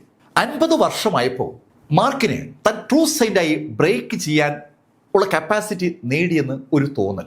ശരിക്കും മാർക്കിന്റെ ദേഹത്ത് അങ്ങനെ ഒരു ഫീലുണ്ട്. ഒരു ട്രൂ സെയിന്റിൻ്റെതായ എല്ലാ പവറും, ഹോളി പവർ തനിക്കുണ്ടെന്നൊരു തോന്നൽ. മാർക്ക് അടുത്ത നിമിഷത്തിൽ ആ ട്രിബുലേഷൻ ആക്ടിവിറ്റീസിലേക്ക് കടന്നു. മാർക്ക് ഇപ്പോൾ ശുദ്ധ ശൂന്യതയിൽ ഇരുട്ടത്താണ് ഈ പ്രക്രിയകളൊക്കെ ചെയ്യുന്നത്. ഈ ഇരുട്ടത്ത് ട്രിബുലേഷൻ എങ്ങനെ നടക്കും അത് മാർക്കിന് അറിയില്ല. മാർക്ക് ആ ബ്രേക്കിംഗ് ആക്ടിവിറ്റിയിലേക്ക് മനസ്സിനെ കേന്ദ്രീകരിച്ചതും പതുക്കെ പതുക്കെ മാർക്കിന് ചുറ്റുമുള്ള അന്തരീക്ഷം മാറി തുടങ്ങി. മാർക്കിനെ അമ്പരപ്പിച്ചുകൊണ്ട് ആ ഇരുട്ടത്ത് നക്ഷത്രങ്ങൾ ഒന്നൊന്നായി പ്രത്യക്ഷപ്പെട്ടു തുടങ്ങി. ശരിക്കും അനവധി നക്ഷത്രങ്ങളുള്ള ഒരു ആകാശം മാർക്കിന് ചുറ്റുമായി ഉണ്ടായി വരികയാണ്. ആദ്യമായി എത്രയോ കാലങ്ങൾക്ക് ശേഷം മാർക്ക് പ്രകാശത്തിലേക്ക് കടക്കുകയാണ്. ആ അന്തരീക്ഷത്തിൽ മാർക്ക് ഫെല്ലറുടെ ആ ട്രിബുലേഷൻ ആരംഭിച്ചു. ശരിക്കും മാർക്കിനെ അത്ഭുതപ്പെടുത്തിക്കൊണ്ട് ധാരാളം ട്രിബുലേഷൻ മേഘങ്ങൾ വന്നു. ആ മേഘങ്ങളിൽ നിന്ന് മിന്നലുകൾ മാർക്കിന്റെ പുറത്തേക്ക് പാഞ്ഞിറങ്ങി തുടങ്ങി. മാർക്ക് അത് ഒന്നൊന്നായി അതിജീവിച്ച് വരികയാണ്. ഒന്നാം ട്രിബുലേഷൻ, രണ്ടാം ട്രിബുലേഷൻ, മൂന്നാം ട്രിബുലേഷൻ, അത് മൂന്നും കഴിഞ്ഞതും മാർക്കിന്റെ ആ ഡിവൈൻ സെൻസിനെ ആക്രമിക്കുന്ന ഒരു സ്റ്റൈലിലേക്ക് പതുക്കെ പതുക്കെ ആ ട്രിബുലേഷൻസ് കടന്നു. ആ ട്രിബുലേഷൻ മാർക്കിനെ അറ്റാക്ക് ചെയ്തത് ശരിക്കും അമ്പരപ്പിക്കുന്ന ചില രൂപങ്ങളുമായിട്ടാണ്. പഴയതുപോലെ എമിലി ബ്ലാക്ക് മാർക്കിന്റെ മുന്നിലേക്ക് വന്നു. അതുപോലെ തന്നെ പിന്നീട് ശ്രീറാമും ശ്രീഹരിയൊക്കെ വന്നു. ഡീൻ ലീയും കടന്നു വന്നു. മാർക്കിന്റെ മനസ്സിനെ തെറ്റിദ്ധരിപ്പിക്കാൻ കഴിയുന്ന ശൈലിയുള്ള ആ രൂപങ്ങൾ എങ്ങനെ കടന്നു വന്നുകൊണ്ടിരിക്കുകയാണ്. മാർക്ക് അതൊക്കെ പതുക്കെ പതുക്കെ അതിജീവിച്ചപ്പോൾ മാർക്കിന്റെ മുന്നിലേക്ക് സാക്ഷൽ ഊജിയുടെ രൂപം വന്നു. മാർക്കിനെ തന്നെ കൊത്തിവെച്ചതുപോലെ മറുഭാഗത്ത് ഊജിയും മാർക്കും മുഖാമുഖം കണ്ടതും അവിടെ ഒരു ഫൈറ്റ് ആരംഭിച്ചു. മാർക്ക് ഫെല്ലറെ അതിശക്തമായി അറ്റാക്ക് ചെയ്യുകയാണ് ഊജി ചെയ്തത്. മാർക്ക് തിരിച്ച് അറ്റാക്ക് ചെയ്യുമ്പോൾ ആ അറ്റാക്കിൽ ഊജിക്ക് ഒന്നും പറ്റുന്നില്ല. മാർക്കും ഊജിയും തമ്മിലുള്ള ആ ഫൈറ്റ് അങ്ങനെ കണ്ടിന്യൂ ചെയ്തു. ഓരോ തവണ മാർക്ക് ഇടിയേറ്റ് വീഴുമ്പോഴും ഊജി മാറി നിൽക്കും. മാർക്കിന്റെ ബോഡി റീകൂപ്പ് ചെയ്ത് ശരിയായി വരുമ്പോൾ പിന്നെ വീണ്ടും അറ്റാക്ക് തുടങ്ങും. ആക്ച്വലി ഫോർത്ത് ട്രിബുലേഷനാണ് നടക്കുന്നത്. ഫോർത്ത് ട്രിബുലേഷനിൽ നടക്കുന്നത് മാർക്കിന്റെ മനസ്സിലാണോ ബോഡിയിലാണോ എന്ന് മാർക്കിന് തന്നെ അറിയാൻ പറ്റാത്ത ഒരു സാഹചര്യം. എന്തായാലും ആ ഫൈറ്റ് എങ്ങനെ കണ്ടിന്യൂ ചെയ്യാണ്. അനവധി തവണ ആ അറ്റാക്ക് കഴിഞ്ഞപ്പോൾ അനവധി തവണയാണ് മാർക്ക് ഊജിയെ അറ്റാക്ക് ചെയ്തത്. പല ശൈലിയിൽ മാർക്കിന്റെ ആ 10,000 ഫിസ്റ്റും അതുപോലെ ആബ്സലൂട്ട് ബിഗിനിങ് സൈക്കിൾ ഫിസ്റ്റും വേൾഡ് ഫോർമുല ഒക്കെ മാർക്ക് ആക്ടിവേറ്റ് ചെയ്ത് ഊജിയെ നേരിട്ട് തുടങ്ങിയാണ്. പക്ഷെ അതൊക്കെ ഉപയോഗിച്ചിട്ട് മാർക്കിന് ഊജിയെ പരാജയപ്പെടുത്താൻ പറ്റുന്നില്ല. മാർക്ക് ആ ഒരു സ്റ്റേജിലാണ് ഒരു കാര്യത്തെക്കുറിച്ച് ആലോചിക്കുന്നത്. താൻ ഇതുവരെ ഉപയോഗിച്ചത് മുഴുവൻ തനിക്ക് ഊജി തന്നെ സൃഷ്ടിച്ച സിസ്റ്റംസ് ആണ്. ഊജി തന്നെ സൃഷ്ടിച്ച പാത്ത് ഓഫ് കൾട്ടിവേഷനിലൂടെയാണ് താൻ ഊജിയെ നേരിട്ടുകൊണ്ടിരിക്കുന്നത്. ഊജിയെ അറ്റാക്ക് ചെയ്യണമെങ്കിൽ മറ്റൊരു പാത്ത് വേണം. മാർക്ക് മനസ്സ് കേന്ദ്രീകരിച്ചു. ഏതാനും ദിവസത്തെ ധ്യാനത്തിൽ മാർക്ക് ഇരുന്നു എന്ന് പറയാം. ഈ സമയത്തൊക്കെ ഊജിയുടെ ആ രൂപം മാർക്കിനെ വീക്ഷിച്ചുകൊണ്ട് മാറി നിൽക്കുകയാണ്. മാർക്ക് ഏതാനും ദിവസങ്ങൾ കഴിഞ്ഞപ്പോൾ ഒരു പുതിയ പാത്ത് ഓഫ് കൾട്ടിവേഷൻ സ്വയം സൃഷ്ടിച്ചു എന്ന് പറയാം. അതിലൂടെ മാർക്ക് ഊജിയുടെ ആ രൂപത്തെ ആക്രമിച്ചു തുടങ്ങി. ശരിക്കും മാർക്ക് ഫെല്ലറുടെ ഒരു പ്രതിരൂപമാണ് ഊജിയുടേത്. മാർക്ക് ആ രൂപത്തെ ആക്രമിച്ചു തുടങ്ങിയതും മാർക്കിന്റെ പുറത്തുണ്ടായിരുന്ന ആ ഊജിയുടെ ഡ്രസ്സ് പെട്ടെന്ന് അപ്രത്യക്ഷമായി. മാർക്കിന്റെ ഒറിജിനൽ ബോഡിയും ഊജിയുടെ ബോഡിയും തമ്മിലായി പിന്നുള്ള ഫൈറ്റ്. പക്ഷെ അവിടെ മുതൽ സമാനതയില്ലാത്ത ഒരു ഫൈറ്റ് ആരംഭിക്കുകയാണ്. ആ ഫൈറ്റ് അങ്ങനെ കണ്ടിന്യൂ ചെയ്തുകൊണ്ടേയിരുന്നു. ദിവസങ്ങളും ആഴ്ചകളും മാസങ്ങളും വർഷങ്ങളും അത് കടന്നുപോയി എന്ന് പറയാം. ഓരോ തവണ മാർക്ക് അറ്റാക്ക് ചെയ്യുമ്പോഴും മാർക്ക് പോലും അറിയാതെ മാർക്കിലൊരു പഠനം നടക്കുകയാണ്. ശരിക്കും ആ പഠനം മാർക്കിന് പുതിയ പുതിയ അറിവുകൾ നൽകിക്കൊണ്ടേയിരിക്കുകയാണ്. 10 വർഷത്തെ ഫൈറ്റ് അതാണ് യഥാർത്ഥത്തിൽ ആ ട്രിബുലേഷനിൽ നടന്നത്. അങ്ങനെ മാർക്കും ഊജിയും തമ്മിൽ ഫൈറ്റ് ചെയ്തത് 10 കൊല്ലമാണ്. ആ 10 കൊല്ലം പൂർത്തിയാകുമ്പോൾ മാർക്ക് ആ ഹോളിനകത്ത് അകപ്പെട്ടിട്ട് 60 കൊല്ലമായി. മാർക്ക് ഫെല്ലർ ശരിക്കും അതിശക്തമായി ഊജിയോട് ഫൈറ്റ് ചെയ്ത് ഇപ്പൊ ഊജിക്ക് തുല്യമായി എന്ന തോന്നല് മാർക്കിന് ഉണ്ടായ സമയത്ത് ഊജിയുടെ മുഖത്ത് ഒരു പുഞ്ചിരി വിരിഞ്ഞു. മാർക്കിനെ നോക്കി ചിരിച്ച ഊജിയുടെ ഗ്ലാബലയിൽ നിന്ന് ഒരു പ്രകാശം മാർക്കിന്റെ ഗ്ലാബലയിൽ പെട്ടെന്ന് വന്ന് പതിച്ചത്. മാർക്കിന് എന്താണ് സംഭവിക്കുന്നത് മനസ്സിലാകും മുമ്പ് മാർക്കിന്റെ ഉള്ളിലേക്ക് ട്രേസ്ലെസ് എമോർട്ടൽ സ്ക്രിപ്ചർ അതിവേഗം പതിയുകയാണ്. ശരിക്കും അതിവേഗം മാർക്കിന്റെ ഉള്ളിലേക്ക് ആ ട്രേസ്ലെസ് ഇമോർട്ടൽ സ്ക്രിപ്ചറുമായി ബന്ധപ്പെട്ട എല്ലാ കാര്യങ്ങളും അങ്ങ് പതുക്കെ ലയിച്ചു. ആ ട്രേസ്ലെസ് ഇമോർട്ടൽ സ്ക്രിപ്ചർ മാർക്ക് ഇതാ പൂർണ്ണമായും പഠിച്ചിരിക്കുന്നു. ട്രേസ്ലെസ് ഇമോർട്ടൽ സ്ക്രിപ്ചർ പഠിച്ചെടുക്കാൻ 100 കണക്കിന് വർഷങ്ങൾ വേണമെന്നാണ് തുടക്കത്തിൽ മാർക്ക് കരുതിയിരുന്നത്. ഇതാ ആ ട്രിബുലേഷൻ സമയത്ത് മാർക്ക് ഫെല്ലറിലേക്ക് ആ ട്രിബുലേഷൻ സ്ക്രിപ്ചർ പൂർണ്ണമായി എത്തിയിരിക്കുകയാണ്. ആ നിമിഷത്തിൽ മാർക്ക് ഒരു കാര്യം കൂടി കണ്ടു. മാർക്കിന്റെ ബോഡിക്ക് ചുറ്റും ആ ഊജിയുടെ ഡ്രസ്സ് വീണ്ടും വന്നിട്ടുണ്ട്. ആ നിമിഷത്തിൽ മാർക്ക് മുന്നിൽ കണ്ട ഊജി പെട്ടെന്ന് ഒന്ന് കറങ്ങി പ്രകാശമായി മാറി. ആ പ്രകാശം മാർക്കിനെതിരെ പാഞ്ഞു വന്ന് മാർക്കിന്റെ ഉള്ളിലോട്ടങ്ങ് ലയിച്ചു. ഇപ്പോൾ മാർക്കിനുള്ളിൽ ഊജി പൂർണ്ണമായും ലയിച്ചു ചേർന്ന പോലെയായി. പെട്ടെന്ന് മാർക്കിന് ആ ബോധമുണ്ടായി, താനൊരു ട്രൂ സെയിന്റ് ആയിരിക്കുന്നു. ആ ട്രൂ സെയിന്റ് ആകുമ്പോൾ സ്വയം ഒരു തോന്നല് എല്ലാവർക്കും ഉണ്ടാവും. പക്ഷെ ഇപ്പൊ മാർക്കിന് വല്ലാത്തൊരു ശാന്തതയാണ്. ആ ശാന്തത മാർക്കിനെ പൂർണ്ണമായും ഗ്രഹിച്ചു കഴിഞ്ഞതും മാർക്ക് കണ്ണുകളൊന്നും അടച്ചു. കണ്ണടച്ച് മാർക്ക് കണ്ണു തുറക്കുമ്പോൾ ചുറ്റും ഒന്നുമില്ല, നക്ഷത്രങ്ങളുമില്ല, നേരത്തെ കണ്ട ഒരു കാര്യമില്ല. പഴയതുപോലെ ശുദ്ധ ശൂന്യത, ഇരുട്ട് മാത്രം, ചുറ്റും ഒന്നും കാണാനില്ലാത്ത അവസ്ഥ. മാർക്ക് നിശബ്ദനായി കൈ ഒന്ന് ഉയർത്തി കൈയിലേക്ക് തന്റെ പൂർണ്ണ ശക്തിയും കേന്ദ്രീകരിച്ച് മുന്നോട്ടൊരൊറ്റ ഒരൊറ്റ ഇടി. ആ ഇടി മാർക്ക് തൊടുത്തു കഴിഞ്ഞതും ശരിക്കും ഒരു മുഴക്കം മാർക്കിന്റെ തൊട്ടുമുന്നിലുണ്ടായി. ഏതാനും സെക്കൻഡ് കഴിഞ്ഞതും മാർക്കിന്റെ ചുറ്റും പലതും പൊട്ടിപ്പിളരുന്ന പോലെ മാർക്കിനെ കാണാൻ പറ്റുന്നുണ്ട്. ശരിക്കും ആദ്യമായി ഇലൂഷനിലൂടെ അല്ലാതെ ഇത് മാർക്ക് ആകാശം കാണുകയാണ്. മാർക്കിന്റെ മുന്നിലുണ്ടായിരുന്ന ആ ബ്ലാക്ക് ഹോളിന്റെ കവർ തകർന്ന് തരിപ്പണമായി. മാർക്കിന് ചുറ്റും ഉണ്ടായിരുന്ന മുഴുവൻ കവറും മാറിയിരിക്കുകയാണ്. ആ ഓയിലിൽ നിന്ന് മാർക്ക് ഇതാ പുറത്തെത്തിയിരിക്കുന്നു. മാർക്ക് ഒന്ന് മുന്നോട്ട് കുതിച്ചു. ആകാശത്ത് മാർക്ക് അങ്ങനെ തങ്ങി നിന്നു. ശരിക്കും സ്വാതന്ത്ര്യത്തിലേക്ക് മാർക്ക് ഫെല്ലർ ഇതാ മടങ്ങി വന്നിരിക്കുന്നു. മാർക്ക് ചുറ്റും ഒന്ന് നോക്കി. നക്ഷത്രങ്ങളല്ലാതെ മറ്റൊന്നും കാണാനില്ല. എവിടേക്കാണ് തനിക്കിനി പോകേണ്ടത്? മാർക്ക് ഒരു യുദ്ധക്കപ്പലിലാണ് യാത്ര ചെയ്തിരുന്നത്. ആ യുദ്ധക്കപ്പൽ എങ്ങോട്ട് പോയെന്ന് പോലും അറിയില്ല. ആ യുദ്ധക്കപ്പലിലാണ് ഭൂമിയുടെ കോർഡിനേറ്റേഴ്സ് ഉള്ളത്. മാർക്കിന് താനിപ്പോൾ എവിടെയാണ് നിൽക്കുന്നതെന്നും അറിയില്ല. ശൂന്യാകാശത്താണെന്ന് മാത്രം അറിയാം. നക്ഷത്രങ്ങൾ ഇഷ്ടംപോലെ കാണാനുണ്ട്. മാർക്ക് ഒന്ന് മനസ്സ് കേന്ദ്രീകരിച്ചിട്ട് വെറുതെ മുന്നോട്ട് പതുക്കെ ചലിച്ചു തുടങ്ങി. ശരിക്കും നല്ല വേഗതയിൽ മാർക്ക് അങ്ങനെ ചലിക്കുകയാണ്. മുന്നോട്ട് പോവുക എന്നതല്ലാതെ വേറെ ഒരു ലക്ഷ്യവും മാർക്കിനില്ല. എവിടെയെങ്കിലും വെച്ച് മാർക്ക് ജീവനുള്ള എന്തിനെങ്കിലും കണ്ടുമുട്ടും. ആ ഒരു പ്രതീക്ഷ മാത്രമാണ് മാർക്കിനുള്ളത്. അങ്ങനെ ആ ശൂന്യാകാശത്തിലൂടെ മാർക്ക് ഇങ്ങനെ പാഞ്ഞു പോകുമ്പോൾ അതൊരു വല്ലാത്തൊരു അനുഭവമാണ്. നക്ഷത്രങ്ങളും അതുപോലെ നക്ഷത്രങ്ങളുടെ പ്രകാശമടിക്കുന്ന പ്ലാനറ്റുകൾ ചുറ്റുന്ന മറ്റു ചെറിയ ഗോളങ്ങളൊക്കെ മാർക്ക് ഇഷ്ടംപോലെ കണ്ടു. ഇരുട്ടാണ് സകലയിടത്തുമുള്ളത്. നക്ഷത്രങ്ങളിൽ നിന്നുള്ള പ്രകാശമാണ് ആ പാതയിൽ ആകെയുള്ള പ്രകാശം. ആ സ്റ്റാറി സ്കൈയിലൂടെ നക്ഷത്രങ്ങളിടയിലൂടെ മാർക്ക് ഇങ്ങനെ പാഞ്ഞു പോയിക്കൊണ്ടിരിക്കുകയാണ്. എത്ര ദിവസം മാർക്ക് യാത്ര ചെയ്തു എന്നുള്ള കാര്യം മാർക്കിന് അറിയില്ല. അങ്ങനെ പോയിക്കൊണ്ടിരിക്കുമ്പോൾ മാർക്ക് ഫെല്ലർ പെട്ടെന്നാണ് ഒരു കാഴ്ച കണ്ടത്. ഒരു കൂറ്റൻ കപ്പൽ ആകാശത്തൂടെ അങ്ങനെ പോവുകയാണ്. ആ കപ്പൽ കണ്ടതും മാർക്കിന്റെ മനസ്സിൽ ശരിക്കും ഒരു പ്രതീക്ഷ ജനിച്ചു തുടങ്ങി. കഥയുടെ ഈ ഭാഗം ഞാനിവിടെ അവസാനിപ്പിക്കുന്നു. അടുത്ത ഭാഗവുമായി അടുത്ത ദിവസം നമുക്ക് വീണ്ടും കാണാം. ഇതുവരെ മാർക്ക് ഫെല്ലറുടെ കഥ നിങ്ങളോട് പറഞ്ഞത് എം ലൈഫിൽ നിന്ന് BS ചന്ദ്രമോഹൻ. കമന്റിൽ ചെയ്യുക. Thank you.